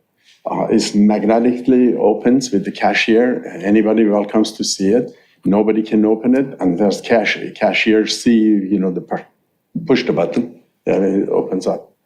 So I'm begging you, don't do this to me, please. I just want to clarify, you're running a great business. We have no issue at all. Okay, so why are you against it? Right. I mean, I'm a point of advertising for CVS. People come and say, do you have the beer right now? Go across. Okay. So if you guys want that to make me failure, okay. And my mortgage is $14,000, $15,000 a month. I have to somehow come up with that money. We're doing it. I'm doing really good. I have a service shop, great. Makes $50,000 a month. The 7-Eleven is doing great. The gas is not too bad. So please make me to operate legally. Thank you. All right. Anyone else want to come down and speak? Good evening. Good evening, council members. My name is Lindsay Gutierrez. I am Mr. Shaheen's fiance. And I'd just like to make a comment. I've been following this very closely. And really what I see is, gas station owners who care about the community and care about their business. I can speak for Bashir that I know that he cares very deeply about having his business succeed and also for it to be a nice place for the city of Redondo Beach. I hear a lot of talk about homelessness and the sale of beer and wine. but really it is two separate things. On one hand, you have dedicated business owners that want to diversify their business in order to succeed in a market that's changing. On the other hand, the homelessness and substance abuse problem that they experience is a multifaceted problem. I do work in healthcare. I have had lots of experience. It's not just beer and wine that they have a substance abuse problem. It's mental health. It's a lot of things that are combined to generate all the problems that they face. I also do think that the cities are doing a great job of putting resources into those populations. I see it when we discharge the people from the ER. They're given tons of resources. So I don't think that that's the issue, but I think that you guys are attacking it by the wrong way, because I see a business owner that really cares about making his business succeed and making the city of Redondo a better place. His plans are beautiful to renew his station. I know that he has tons of safety measures as far as like when the alcohol can be sold, security cameras, and all different types of things. He doesn't want to attract a negative crowd around his business. And I think that that's something to keep in mind. And I think I was listening online before I came in. Someone mentioned that, why take that ability away from a business owner to direct his business? And I just ask that you guys please consider that. Thank you. Anyone else? Congratulations, by the way. I don't think you guys were engaged the last time you were here. Anyone else want to come down and speak? All right, I gotta say a couple things here. First of all, there was a few comments made by some council members here about not running other people's businesses. And then there was a comment here that actually Mr. Zerlich said about banning cigarettes. I didn't vote for banning cigarettes or flavored alcohol or flavored cigarettes. Councilmember Horvath did. The history of the church here is really important, and other churches here in Redondo Beach and where we've come from. I know Councilmember didn't want to hear the history, and Councilmember Baji didn't want to hear the history, but the First United Methodist Church that was there, or that is there, that our city attorney says we can't regulate in terms of giving food out, and we have a lot of churches here in South Redondo and in North Redondo give food and services out, causing a whole host of issues. And what you have are attraction points of attraction to bring people down. And I made a big stink back in 2019, huge stink, about us giving federal grant funds to the First United Methodist Church. And I was fought. It was a 3-2 vote. Councilmember Lowenstein and I said no, and it was vetoed to continue on doing what we did. And we finally came to an agreement to withhold the funds from that particular church. We've got a long way to go in that area of town. There was a comment made here about trusting the Planning Commission. You know what? Planning Commission is great, but they're not in our seats. They're not the final per se. They have a lot to learn. We just denied a housing project, commercial housing project on Catalina. They missed a lot of things. I've been up here for a long time. I've seen a lot of things come and go. Understanding the history is important. A couple of things that I have questions on, and making sure that we're all on the same path of, a question of bifurcating the alcohol and food. What process would that look like going down that path for the CUP? As I understand it, and I'll let Luke chime in if I've got this wrong, an applicant could pursue just the grocery side of things, not including beer and wine, and receive a CUP based on their own application. That wouldn't include an ABC license in the pursuit of what they would need from other authorities in order to sell beer and wine. My understanding is, though, under the law, we cannot segregate the request. So if somebody comes in offering grocery items and their intention is to sell both beer and wine and groceries, we can't simply limit them to the non-beer and wine options. But they themselves, as part of their application, if they choose to simply pursue that element, I believe can self-select. Because ultimately for them to sell beer and wine, they're going to eventually need an ABC license as well. If they choose not to pursue one, their CUP does not include that as a specific condition because it's not been applied for. there, I think, could be a separation there, but it's got to be at the applicant's request, not ours. Do I have that right, Luke? Yeah, that's my understanding and what we've written into the draft ordinance as well. Okay.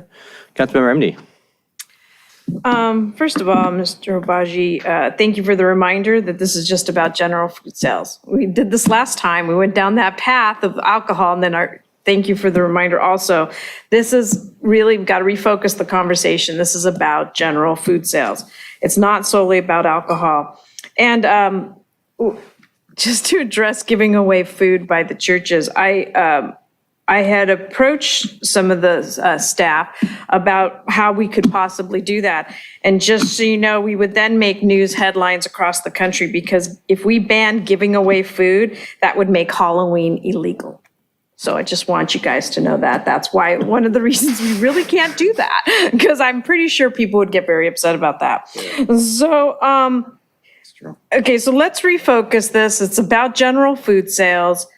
I have, so I don't think it doesn't sound like anybody's going to change their mind. Is there, well, I'll let him ask, but assuming there's nobody online, I make the motion. So there's nothing on there. We make the motion, it goes to planning for the draft ordinance? Well, yeah, what we would do next is if the council were to direct us to proceed with lifting the ban and changing the code, we would finalize the draft ordinance and present it to the Planning Commission for consideration, and then ultimately back to the council for final determination. What is unclear in all this, just as another point of thought, and it's going to complicate things, and I'm not sure it's,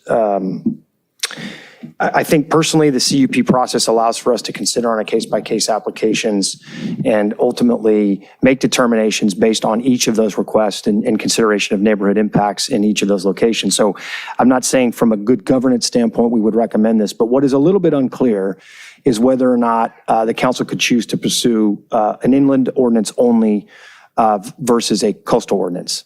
One could make the case that you would have to, if you were to pursue inland only as an example, you might need to make specific findings that determines why, for whatever reason, it's not appropriate in the coastal zone vis-a-vis the inland zone.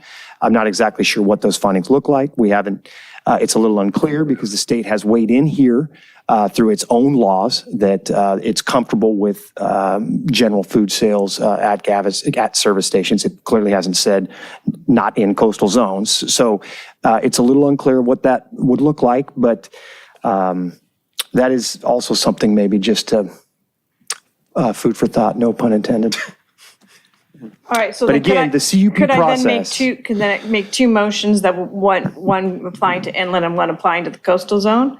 Because if somebody was implying that there could be a veto on this, then they wouldn't veto the inland one. You could, I suppose, separate the motions. Would that make it cleaner?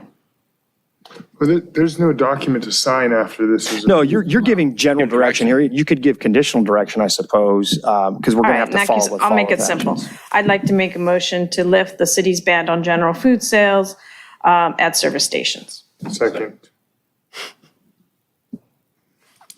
Okay, Councilmember Obaji. Sure. One condition I'd like to present to the Planning Commission when it gets there is that if alcohol is permitted by the Planning Commission, that they add a condition, consider adding a condition or including a possible condition that the station owner is responsible for power washing the curb within a certain, radius of the service station on a regular basis. Just, to help improve the area, regardless of whether anybody's defecating or urinating on it, and regardless of where it is in the city. One other point I wanted to make is, you got to realize that in this job, since I've come on in 2 years, we've identified the stifling parking regulations on Artesia Boulevard. Those haven't changed at all. We've been making progress towards it, but in 2 years, those haven't changed at all. The restrictive FAR that has not allowed redevelopment or incentivized redevelopment on Artesia Boulevard, that hasn't changed at all. We're making progress on it, but that hasn't changed at all. And this one method to allow somebody to have the finances to reliably be able to recover their investment if they invest $1.5 million into renovating their station. And by the way, removing one of the vehicle repair spots on Artesia Boulevard, so it becomes more of that pedestrian-friendly, dining place and the like, and becomes more of what the aesthetics of it become more of what we'd like to see in Artesia Boulevard. And if we do pass this and it gets vetoed, I really got to question what I'm doing on this dais. So with that said, I'll call for a vote. We do have a few more speakers on Zoom Zoom. comments, yeah. So before we get to any type of vote, Zoom. Okay, Laura Kastner.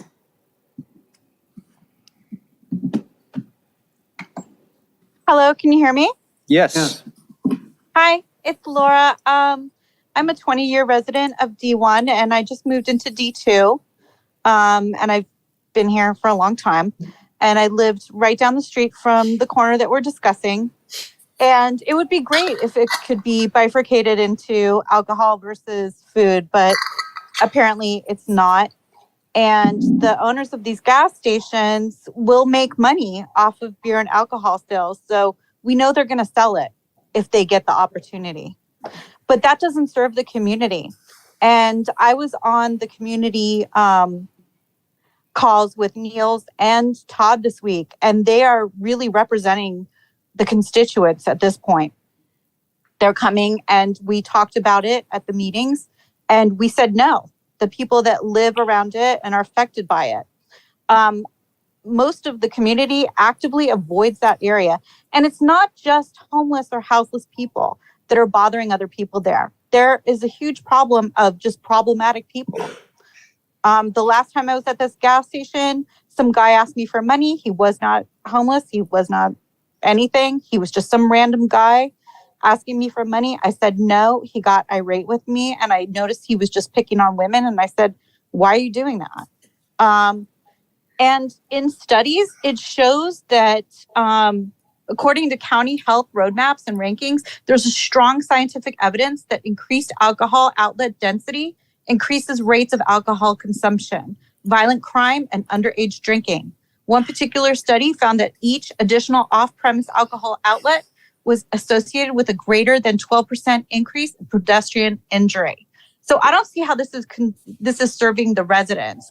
It seems to be just self-serving the gas stations. And as a business owner, I've had to pivot with the times myself. They need to pivot as well. I feel for them, but no one's guaranteed or owed a living here. We all have to be creative and come up with different ways to do things. And I'm glad the city is trying to help them, but not at the expense of the residents. I yield my time. Can I ask you a follow-up question, please? Sure.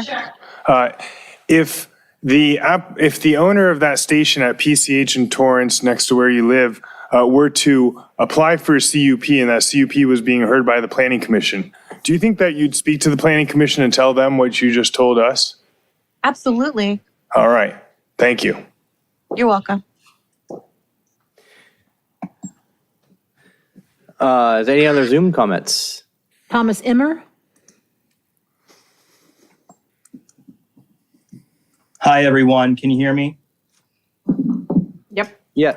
Right. Good evening, Mayor Pro Temp and council members. My name is Thomas Emmer, and I'm a resident of Redondo Beach, District 5, as well as former president of the NRBBA. As a resident and a neighbor, I'd like to show my support for Doug's Mobile and owner Bashir Shahimi in his efforts to asking the council to remove or adopt the revisions to this outdated immediate consumption law.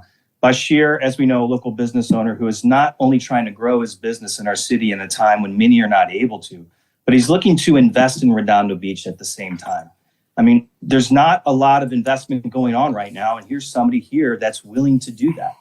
His detailed plans to add on and enhance his business and property are impressive and will serve our community through expanded services and products. The city as a whole will benefit through the additional tax revenue it'll generate, and his growth strategy is right in line with the upgrades we all want to bring to Artesia Boulevard, and he's covering the cost for his part. He's not here to ask for a handout, but he needs the city's hand in removing this obstacle, preventing him from moving forward. This law is outdated, It makes no sense considering his location and proximity to Lawndale, where no similar laws exist to our knowledge.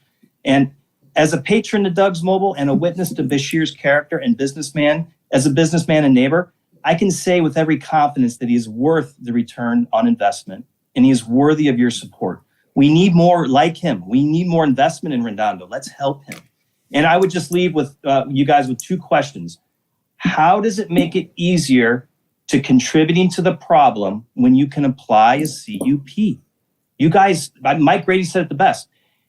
Bashir can't control this, but you guys can. And then the last question I would just pose is why penalize a local business trying to bring much needed investment into the community? Thank you.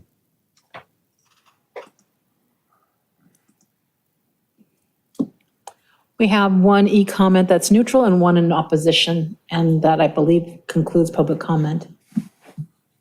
Okay. I thought I saw one in favor from Brianna Egan. I'll double check just a moment, please.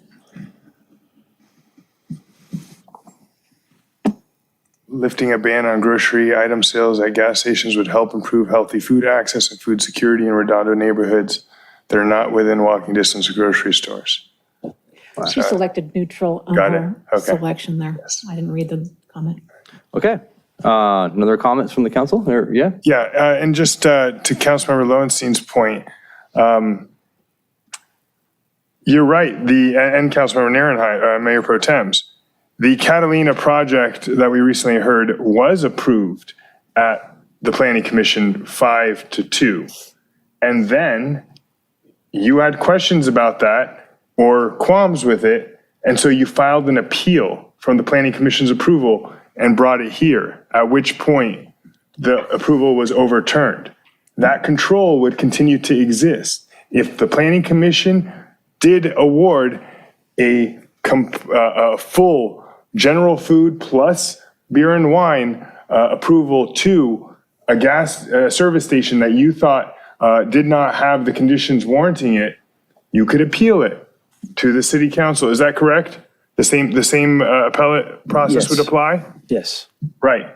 So I'm not sure how much more protections you want before you stifle redevelopment completely on Artesia Boulevard.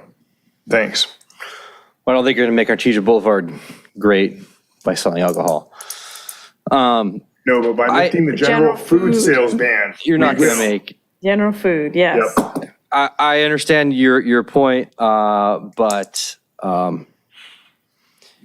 you also, if you're going to start opening up the CUP process just to do everything, we have limited staff time and we need to focus staff on the limited things, amount of things that we can do. And we just had someone during closed session at 4:30 come to us and say it took them essentially a year to move over a couple hundred square feet down International Boardwalk. So, yeah. All right. I'll do a roll call vote. Councilmember Lowenstein. No. Councilmember Horvath. Aye. Councilmember Obaji. Aye. Councilmember MD. Aye. And Mayor Pro Tem Narenheim, no as well. That's that. 3-2. 3-2. Passes. Onward to the next step. Okay. All right. Next item. Brandy? Onwards to item N1. Item N1 is Ms. Forbes, coastal development permit. Temporarily close the access upper walkway along Coastal Bluff between George Freethway, Nob Hill, and Redondo Beach. So the LA County can come back and do a significant amount of work to the upper walkway and pathway. And they're starting this ASAP. That is correct. So the emergency coastal development permit application came in last week. We issued it. They expect to have started today. We do have Ted Simon, who he had provided City Council with the kind of on the ground update on this particular location in the project. They are looking to, if you could share my screen. Great. They're looking at the area that would be closed is from Topaz to Nob Hill. So it's not that full length from George Freeth Way. I think that there was some staging that was going to happen at the George Freeth Way area, but the actual walkway would only be closed from Topaz to Nob Hill. As you can see in this image here, they'd still be able, pedestrians would still be able to access the beach at that location, and then as well, they'd have the access at Nob Hill. So at the Topaz and Nob Hill, they'd have the access to get down to the beach. It's a temporary closure while they're doing the repairs on this location. It seemed that there was some washout issues, so they're going to repair not only the pavement, but also the infrastructure under that, so it won't continue to have that same kind of damage. And again, this will go through the early summer, I believe, for the completion of the construction work. What this particular item is as you're aware from other projects, is our emergency coastal development permit section of our code requires not only a written report once an emergency coastal development permit is issued, but also a verbal report from the director. And that concludes my report, but I'm available to answer questions. I know Ted is also familiar with this. It has been noted, the neighbors have been noticed as well. The area has been posted for notice for closure. Ted, I got a couple questions for you. So in a way, this is a kind of a joint project between LA County and City of Redondo. One of the reasons why this started was because there was a couple of requests by a couple of residents over multiple years to get some lighting. How much are we spending on lighting, and where exactly are the lighting going in? Don't have the number memorized, but we are replacing all the lights that are along the upper walkway. Okay. They are going to be replaced with solar lights, so there will not be the electric mushroom head that are out there today. In addition to that, we will be doing some illumination for the walkways that go between Esplanade and the upper walkway, and that will include Topaz, Nob Hill, and I don't remember the third street up from there, but there's a third location that we cross. Sapphire. And those are the improvements that we will be doing. The county's improvements are primarily geared at that upper walkway with the damages that have happened between Topaz and Nob Hill. Sapphire should say Topaz. That's why you got. No, what that sign is supposed to say is redirecting the pedestrians. Oh, got it. Because that pedestrian walkway is going to be closed to direct them to go up to Sapphire. Got it. I see what you're saying. Yep. Got it. Okay. All right. Thank you. That was the questions I had. Thank you, sir. Any members of the public want to come down and speak to this? All right. Do you need a motion to approve or just to file a report? To receive and file. Receive and file. And one other note for the public, I believe the county's intention is to have the project completed by Memorial Day weekend. Is that right, Ted? So Memorial Day? Yeah. Oh, wow. That's their intention. Their intention was to have that done. Figure it out. With work. The bathrooms at Avenue C. We'll see how that works. And there's a lot of other ramps that need this work too. So expect Avenue E ramp, for instance, they're going down. I just sent pictures to Supervisor Mitchell's office. So that's one's falling apart as well. So expect there's some action movement on that as well. So it's all crumbling, that infrastructure. All right, so motion to receive and file this. Anyone see any comments on here? Any public comment on this or any Zoom comments going twice? No one has raised their hand. Anyone in person going 3 times? I'm sorry, who seconded that motion? Thank you. All right, all in favor? Aye. Aye. Passed unanimously. Thank you. All right, item N2, Ms. Forbes, discussion and possible action regarding Community Development Director's issuance of emergency coastal development permit for the sports fishing pier. I was right there today. I saw the crane, I saw the pilings, I saw the metalwork, and I was like, sweet, we're getting going. Right. So as you're aware, in January with the storms at the beginning of the year, the wave action really created some additional damage to the pier that required the, really for safety purposes, the emergency demolition of that, the pier. There are technically two permits. One is the emergency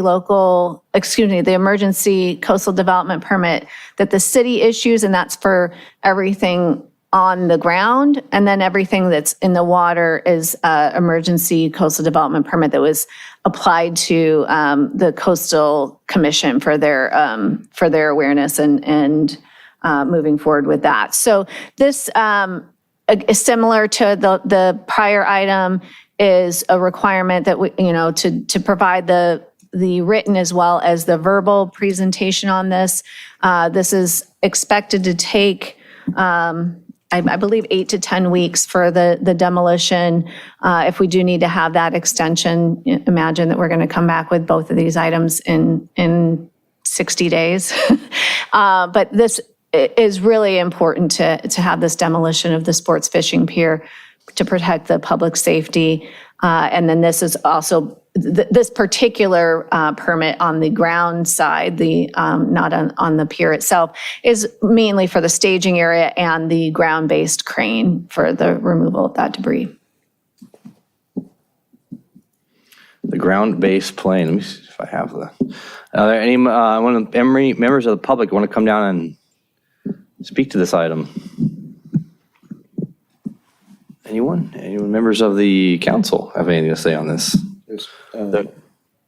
I would just make a motion to approve N2. To receive and Receive and file. Receive and file. File, sorry. Second. If I had the photos, I'd show them here, but yeah, glad it's going away. I drove by this afternoon and I looked at that, and the first thing I saw when I pulled around the corner, Yeah. I'm like, oh, it's moving forward. Yeah. Santa Cruz just had their memorial for their pier, just so you know. I'm taking it all out. Thank you. Literally, a memorial. All right, all in favor? Aye. Aye. Was there any public comment? Sorry. Zoom comments? No? Okay.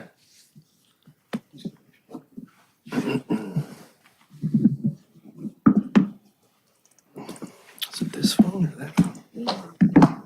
I didn't. Right, exactly. No, I forgot to say that too. Actually, I was thinking that.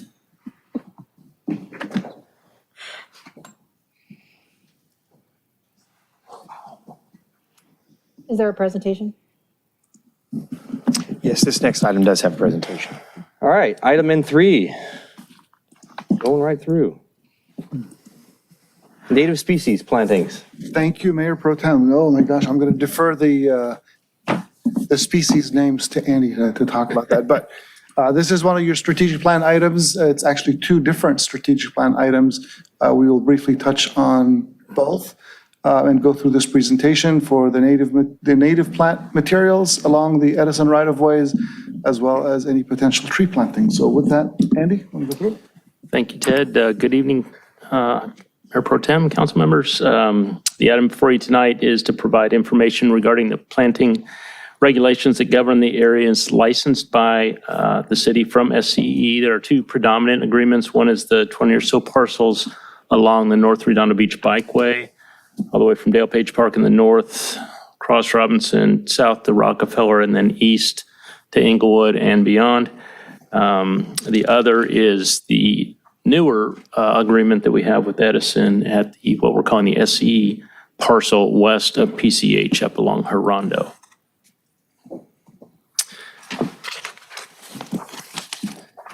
Both license agreements have essentially the same requirements when it comes to landscaping and planting. They concern the height of trees, the placement of trees, the type of plant species, trees and shrubs, material, and certain concerns about environmentally protected species or species that would provide habitat for environmentally protected species. Cacti, other potential dangerous species are also banned. When the landscaping that's out there now is all deemed to be in compliance with the agreements, but if we were to do new installations, any new installation we have to do in either of these agreements would have to be reviewed by the SCE team. And I'll tell you a little bit more about that in a moment, about a project we're on. And this would apply to both locations that we have, the primary 2 agreements that we have with SCE right now. The first item before you is a city-initiated project to install trees in the DG path along the North Redondo Beach Bikeway between Matthews and Robinson. This is a typical parcel here, and pardon our somewhat crude drawing here, but it got the point across. But the intent is to install fairly small trees, 24-inch boxes, 15-gallon trees. A 25-foot nominal spacing was presented to SCE. Tree species were compatible with the documentation that SCE provides for trees that are acceptable to them. We maintain clearances around towers. There's no towers on this particular parcel, but we would break up the tree line where there were towers to keep our spacing. We presented all of this to SCE and have had a little bit of difficulty. The vegetation unit, SCE, is broken up into a number of different units that have input into these right-of-ways. The vegetation unit, the head of the whole Southern California area region, happened to be here for another meeting, and Ted took the opportunity to drive him out there and show him around, and he was, after looking at all, he was very much in favor of moving forward. Well, at least he said he wouldn't oppose it. He supported it. We work with most directly what's a unit called their right-of-way unit.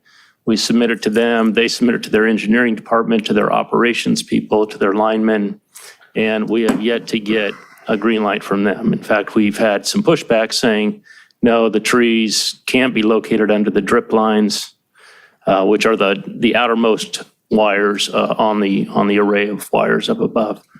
And so we're not stopping there, of course, but it is a considerable roadblock to what we'd like to do out there. So we intend to escalate this as a next step to kind of the executive management level.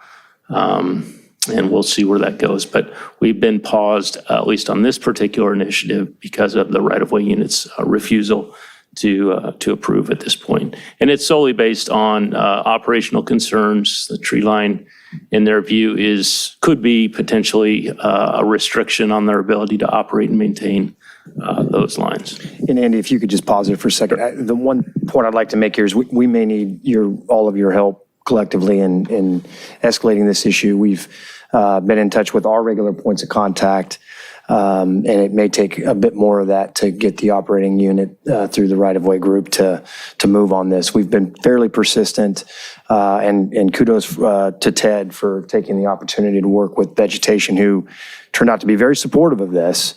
Yet, despite his support, right-of-way still provides some consternation. So it may take a collective effort on all our parts to get the right answer here.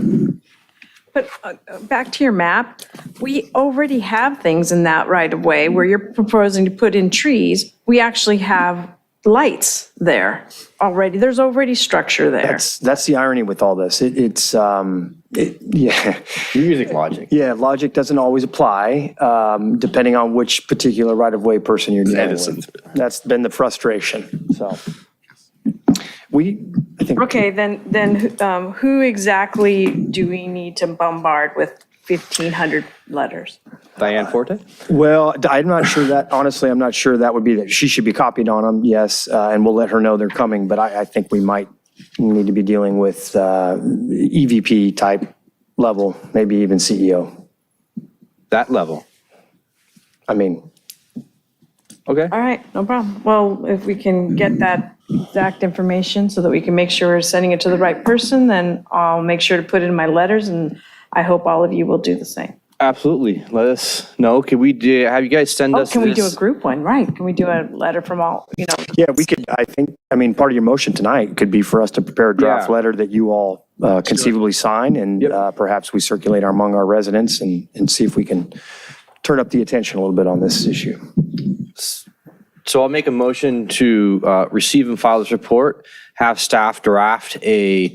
Excuse me. We got a little bit more. There's a little bit more to go. Sorry, go. We're almost there. Got it. We're going to talk We're about going to have species, public comment right? too, just getting ahead of the things. We start laying the groundwork. you know, We're gonna vote, laying down the and then lines. If you're going to do multiple motions. We'll vote and then that's have fine. everybody present. Okay, power plays. I'll be quick here. So you may also recognize this drawing. This was presented last September when we were talking about conceptual plans for the South SE parcel west of PCH. Here's another shot of it that shows some of the unique features of this particular parcel with the elevation change, both east to west and north to south. The council approved these conceptual plans last September and directed staff to move forward with the landscape architect who prepared them for final design. We are at about a 65% level of design. We received those drawings at the end of January and forwarded them on to both SCE and the South Bay Parkland Conservancy for comment. We have a meeting set up Monday with SCE. They have some concerns about grading, which we're happy to talk to them about. It's really not a concern as much as it is the need for some additional engineering drawings to make that more clear to them about grading pathways and that kind of thing, how much dirt will be moving around. So we're pretty hopeful about that, going through, especially getting them involved early to understand their concerns before we get through the final design portion. We are budgeted to install only a portion, we're calling it phase one, of the design, even though we are trying to get the design for the entire site approved at one time. We plan to build it out as funds are available. Currently, this 1.6 acre that's highlighted here, about 70,000 square feet of planting, another 12,000 feet of pathways. It's kind of part of our phase one estimate. As we get through the SCE approval process, we hope to come back to you in middle of the spring, I hope, to be able to get approval for plans and specs and begin advertising for these. We've got about a $450,000 budget. We've used about $50,000 in the design effort. So we'll have about $400,000 available at the time that we go out to bid. So our recommendation is to just receive and file this report and certainly any other action the council would like to take. And that concludes my presentation. The work underneath the right-of-way, we have a contractor doing that, correct? And that includes a maintenance contract to go along with that, correct? You're talking west of PCH? Yes. Yeah, Architera, we have a designer that's helping prepare those plans and specifications, yeah. With a maintenance contract after the work is done, or like implementation? We'll handle the maintenance afterwards through the contractor and construction phase, which would come later. There'll be a contract. The contract that we hire will have a landscape installation maintenance phase that'll be part of this contract. Do we, how much extra staff time do we expect that this will incur at this location, or do we expect any extra staff time from maintenance? There will inevitably be some. No, there's no question about that. We're hopeful that we can manage at least that first kind of growth installation phase through the contract with the installer, which would buy us some time. There's been talk about perhaps volunteer groups assisting and supporting Public Works and any ongoing maintenance of the area. We're using what we hope to be species that minimize our required work out there, but there will be weeding, there will be decomposed granite walkway, regrading, reconditioning at times. There will be activity there, some maintenance of the drip line irrigation systems that will support the species. So there will be work. The goal with this particular style of installation is to try to minimize that ongoing impact, but there will be some. Okay.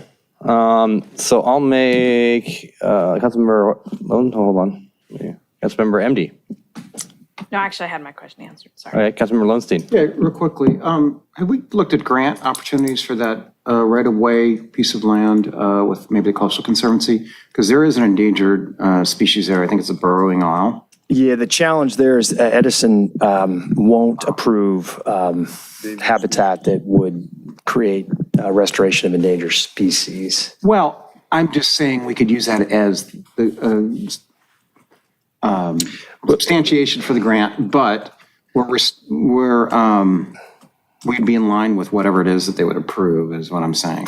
Yeah, I think to answer your question, we haven't looked at grant opportunities and continue to look for grant opportunities, and we'll pursue them. We're hopeful, but we do have that potential point of conflict where specifically, the Edison's regulations include, in fact, I don't know if you had a slide on that at one point, but there are specific restrictions on the types of species that restore certain habitats that are endangered, surprisingly. God forbid we do that. Well, as long as the transmission lines are up there, their opinion's going to be what it is at some point, perhaps if they're not there. Hopefully they won't be there. Yeah. So at that point, I guess, yes. Thank you. Councilmember Baji. I just want to say thank you guys for the report, and thank you, Director Simon, for taking their agricultural head on a tour so they could see it up close and personal and getting their approval, at least in one sector of SCE. I know it's a difficult agency to work with, so thanks for working through the bureaucracy.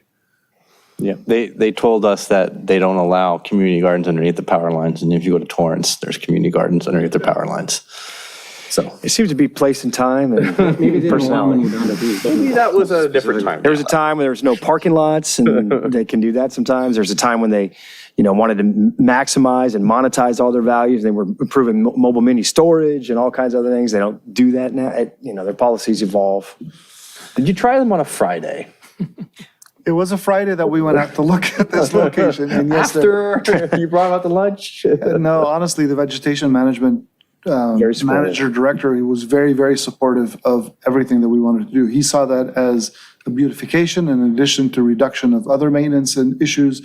But as Andy mentioned, their right-of-way agents have to go through the dissemination of questions and answers from all the other facets within SCE. And to what's the basis for some of those opinions is yet to be determined, because you're absolutely right. In some places, they allow playgrounds. In other places, they say it's prohibitive. In some places, they allow park benches. In others, they say they're prohibitive. And it's very difficult for us and challenging to try to weave our way through that maze. But we'll keep reaching out and see when we can get a good answer. And we'll stay persistent, and hopefully, eventually, we'll find the right yes. Yeah, at least we're not asking to build a fountain full of water. Yep. Non-conductive water. There was a time when that was great. We actually did that. And they actually approved that in full. There was a time that was a concern. All right, so let me get my motion out now, and we'll take public comment. But I'll just make a motion to receive and file, and for staff to draft a letter to send to Edison's CEO, and for us to sign via consent calendar, come back to us for approval, or via consent calendar. we could put it on as a consent calendar item. Yeah. I mean, I think that'd be kind of the best way that we can get it out there to the public as well. And then disseminate the presentation to mayor and council, and then also let us know which people to contact for the public, if any members of the public wanted to contact the Edison group people. There could be a link where the public could sign their name to the letter once it's finalized. Yeah, we could probably do something like that. Disseminate it. Yeah. Okay. And in the meantime, I wouldn't wait for us to do that. I mean, I think we should all individually strategize on how best to reach out and make this case. We don't want to wait until the 14th to make the push. Agreed, 100%. Mayor Pro Tem, just for clarification, because I heard some interest before, did individual council members want to sign that letter, or is it for the mayor to sign the letter? Well, we just draft, I mean, it might just be easier to do it by the mayor, but I think it's nice to have all 6 signatures on there. Yeah. Perfect. Yeah, I think it would send a unified message. Okay. Any members of the public want to come down and speak to this electrifying situation?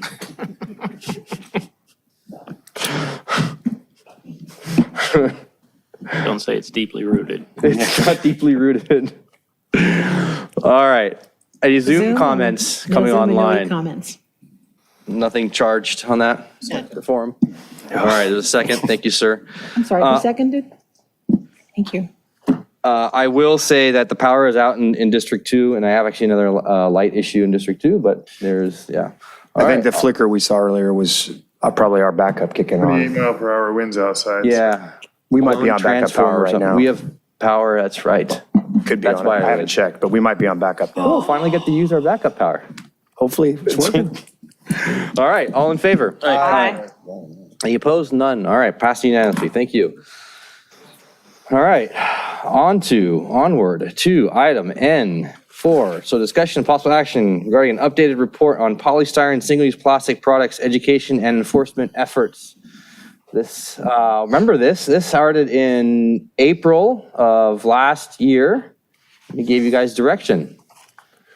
So. All right, good evening, Mayor Pro Tem and Council. Joe Hoffman, Chief of Police. This is a strategic planning item, so I'm back today with an update on the enforcement education. It actually goes back farther than that. So we put some dates in here that talk about when the municipal code was adopted and what the direction was on which items to include.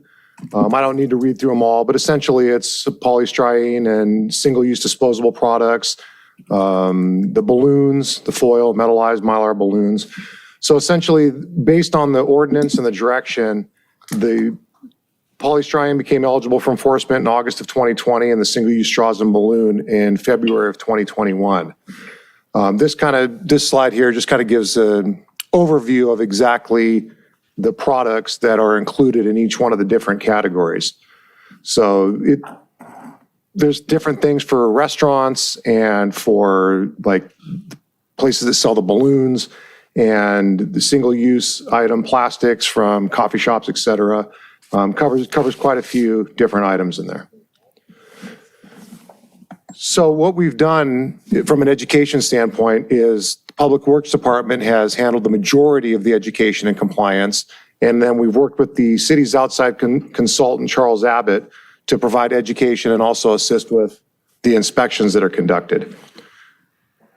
Public Works has been overseeing the consultant tasked with conducting the inspections, and previously we had quite a few inquiries and calls from the public about violations that were noted at businesses. We mailed out approximately 445 letters and copies of the city's ordinance to the various businesses as part of our education efforts. And the licensing counter now has a letter and awareness flyer that is being given to businesses that are applying for business license to know what some of the restrictions are that they need to be in compliance with.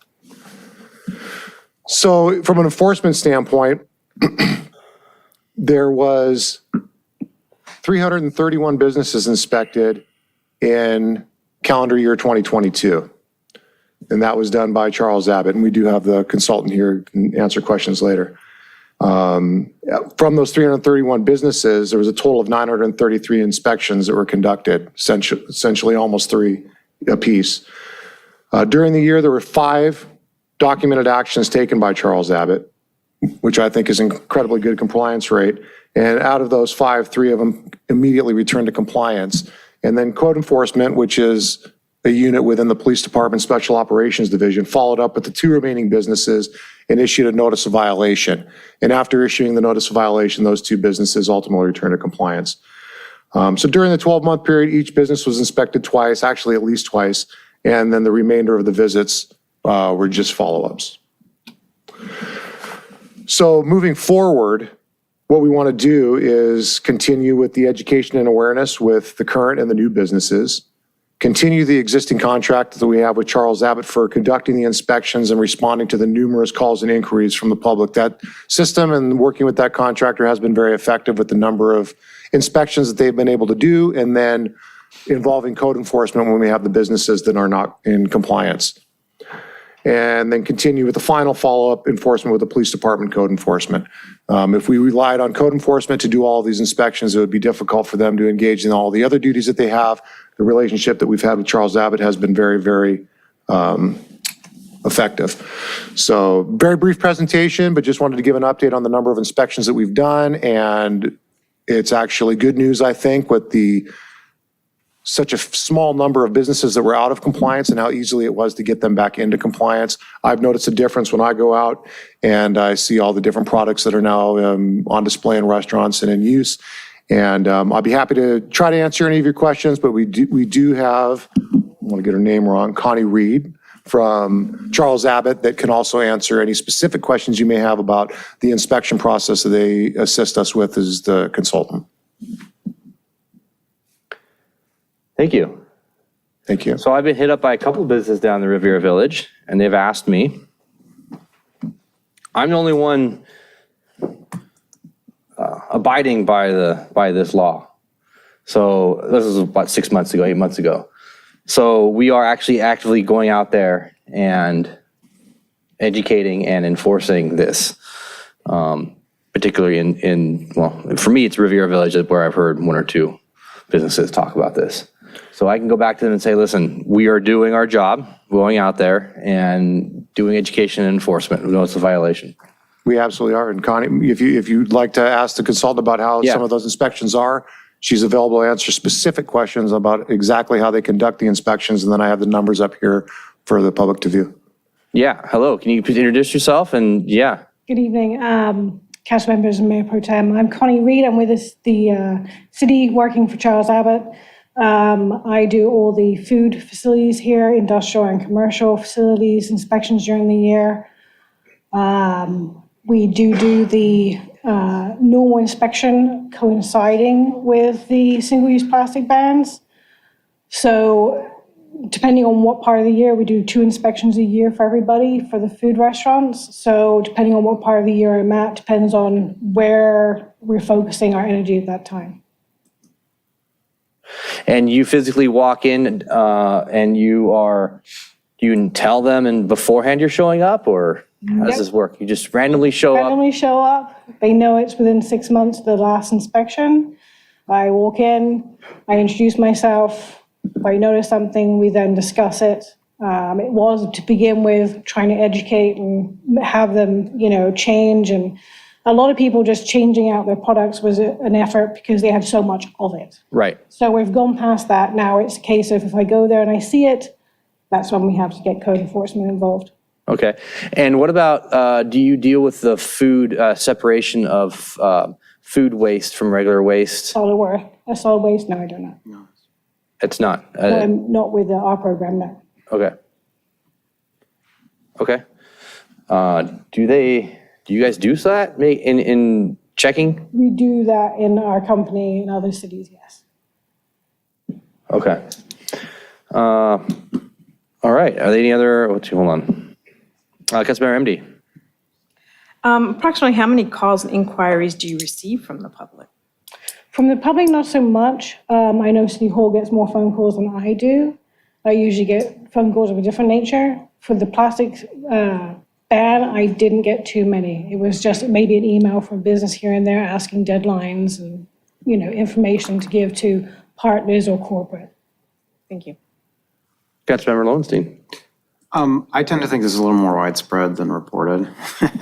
I know these are based on your inspections, and I see it more than I care to admit to it. One of the things I do see is, and this is actually part of state law, is people have to request for utensils, but I see it all the time. So I have to tell people, please don't put utensils in. We have a drawer just full of utensils, and it's really crazy. And, I think, with that, I will say that people like Chick-fil-A have done a really good job. They have they have paper straws, they have, I believe, wooden utensils, if I'm not mistaken. So some chains have actually done a pretty good job on it, but I've seen, it's mostly mom and pops. I hate to hassle them, but it is the ordinance. So we did have, with COVID, a discussion with the health department. The health department would only allow businesses to take out with cutlery wrapped. Yeah. So that's where we were at with that. Everyone's now been told that we're past that, and they do have to change that up. But as I say, if I don't see it during my inspection and they've got it tucked under a counter, Right. I can't catch it. Yeah. Do you remind them about the state law about utensils? I do every time we're there. Okay. It's And one of are they our pretty compliant questions, with yeah. that? I mean, I think they do it, they do it because they don't want people to take out food and people go, where's my utensils? Yeah, and it's like I have the same response to them. Like I say to my husband, never, let's use the plastic tonight, dude. Right. But, they do get, especially in the Riviera Village, this is a big thing. Yeah. People asking for utensils. Even though they're How taking it often do you see home. plastic bags go out? 1 in 20, Really? yeah. Okay. Yeah. What are they It's using, the little what are mom they and pop using in place of that in terms of plastic? Paper bags. Really? Yeah. Because I've seen a lot of plastic as well. That went back with COVID. Yeah. So the biggest hurdles we've had is people being able to buy things from their distributors. Mm-hmm. They get very angry that they could go to Restaurant Depot in Torrance, buy things there, but they can't buy them here. Yeah. So it's been a big pushback. Distributors will just show up. Like the biggest thing we have is Vons will suddenly have another aisle full of plastic cutlery. Yeah. And it's a new store manager. No one knew to tell them. So they have some in the back, they throw it on the shelf.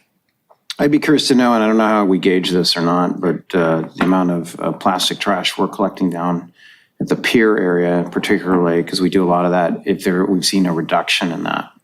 I don't know if Public Works has any input or not, but you may not even notice a difference, but I think that was one of the reasons we decided to do this. Yeah. Was we were seeing so much water pollution, much pollution in the water area. So, thank you. Thank you. All right, Councilmember Baji. Chief, when we had this discussion last, I believe the presentation, I think it was, I forget who presented on it. Maybe it was Captain, oh man, forget. But he presented on the plastic ban, and we discussed. It was our city attorney that made the discussion. Right, but one of the captains presented on it. We'd made a directive to the city attorney to prepare an ordinance banning reusable plastic bags. Is there anybody from the city attorney's office here? But do we know what happened with that directive? That was supposed to come back in the summer. Right, but we haven't had that back. Remember, we were talking about Target, if you just refresh recollection. Maybe you weren't even chief yet, huh? No, because I was here for that previous discussion. Discussion of like how when you go to Target or Sprouts in Redondo Beach, you get these reusable plastic bags that are supposedly, you could use them 30 times and they're still good, except that every time you order delivery of the groceries or delivery of stuff, they give you these plastic bags, so you end up with tons more than you could ever use in a lifetime. And so we asked to ban that, or bring forward a ban, and the city attorney, we never heard anything back from the city attorney. And I know that there was an issue, one of the folks from former Surfrider Foundation called in saying that he believed that law was preempted by state law. But in any event, it would have been good to get a response from the city attorney's office. Yeah. I guess another question I have, if anybody's here from the city city manager's office, we could follow up with the city. Well, I'm here. I don't know if you can see. Okay, we can hear you.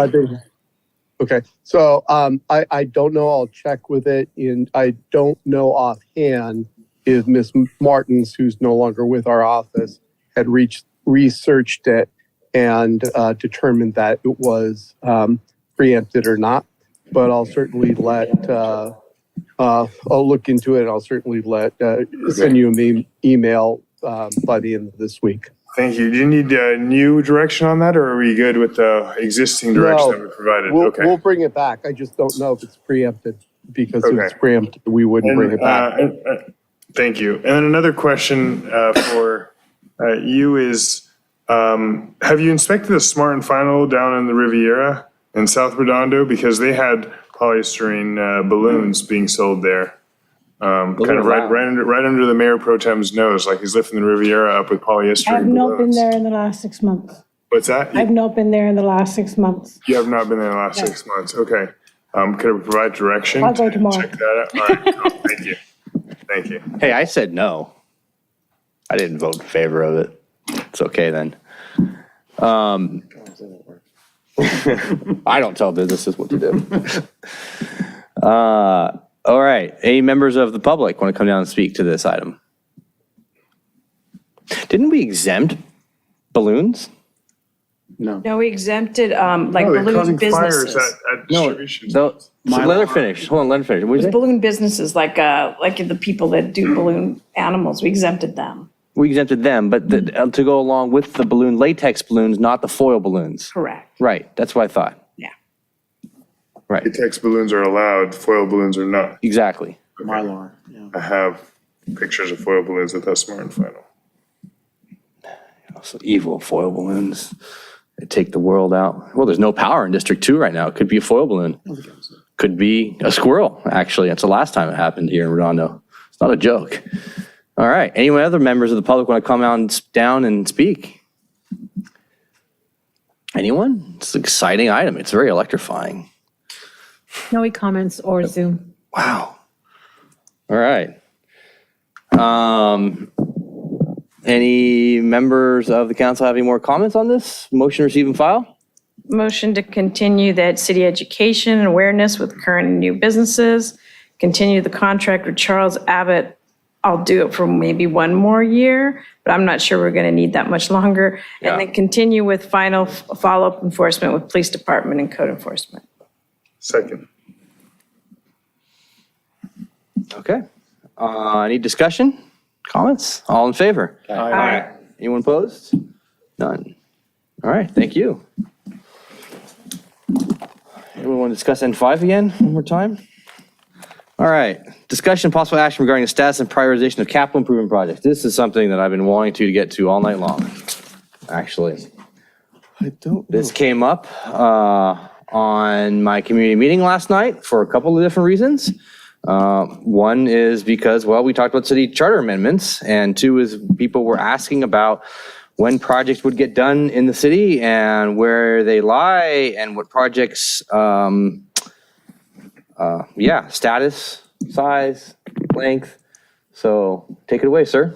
All right, well, thank you, Mayor Pro Tem. Ted Saman, Public Works Director again, joined by Jesse Reyes. He is our capital improvement project manager. He does all the numbers, all the programming, and now we'll be presenting to you on what the priorities are. Andy will be joining us as well, because a lot of the projects do go through our engineering team.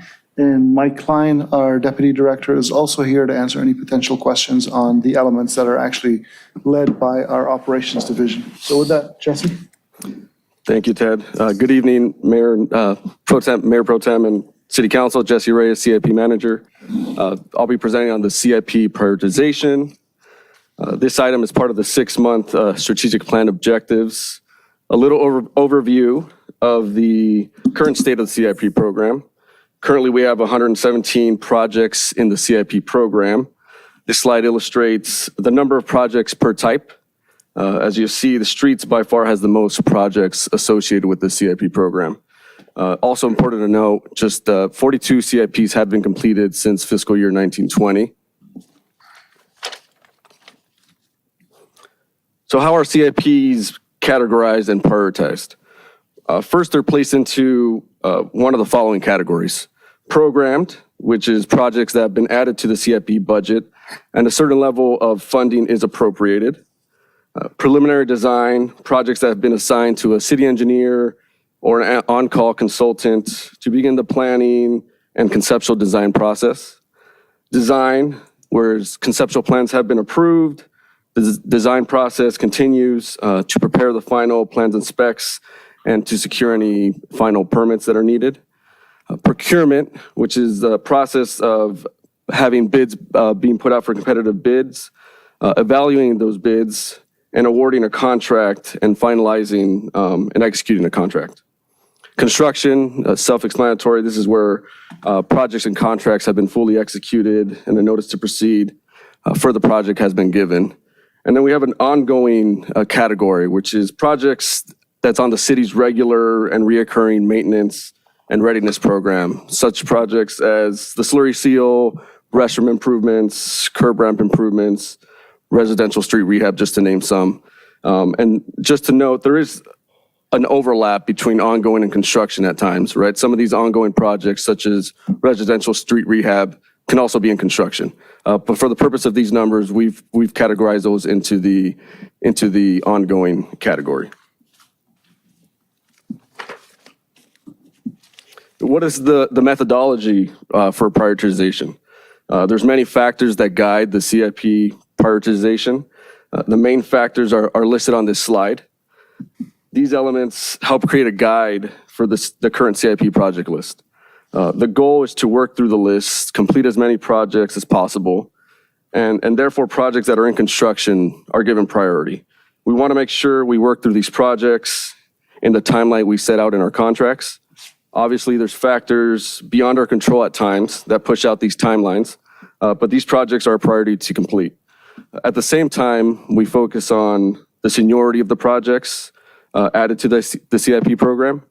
As a rule of thumb, projects that have been on the list longer will get attention prior to other projects, to newer projects. Of course, this has many caveats, and other projects might gain priority if there's regulatory requirements or certain funding that has very specific timelines.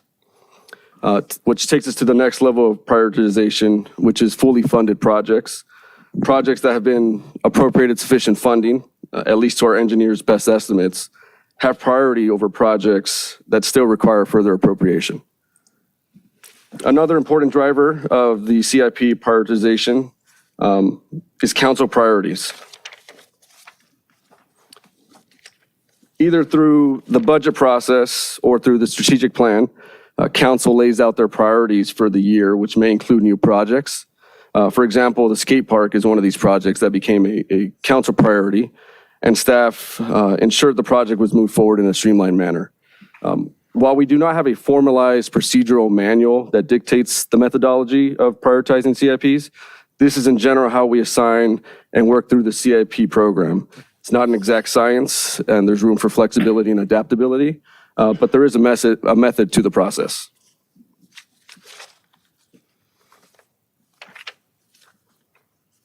So this slide kind of compares traditional CIPs with maintenance CIPs. At times, the public might wonder why certain projects are being completed faster than others. And as mentioned before, there's an array of factors such as funding, design complexity, and permitting requirements. However, another factor is whether a CIP is a traditional CIP or a maintenance CIP. A traditional CIP is in essence your standard CIP that goes through all facets of the process: pre-design, design, formal procurement, the formal construction, execution, and closeout.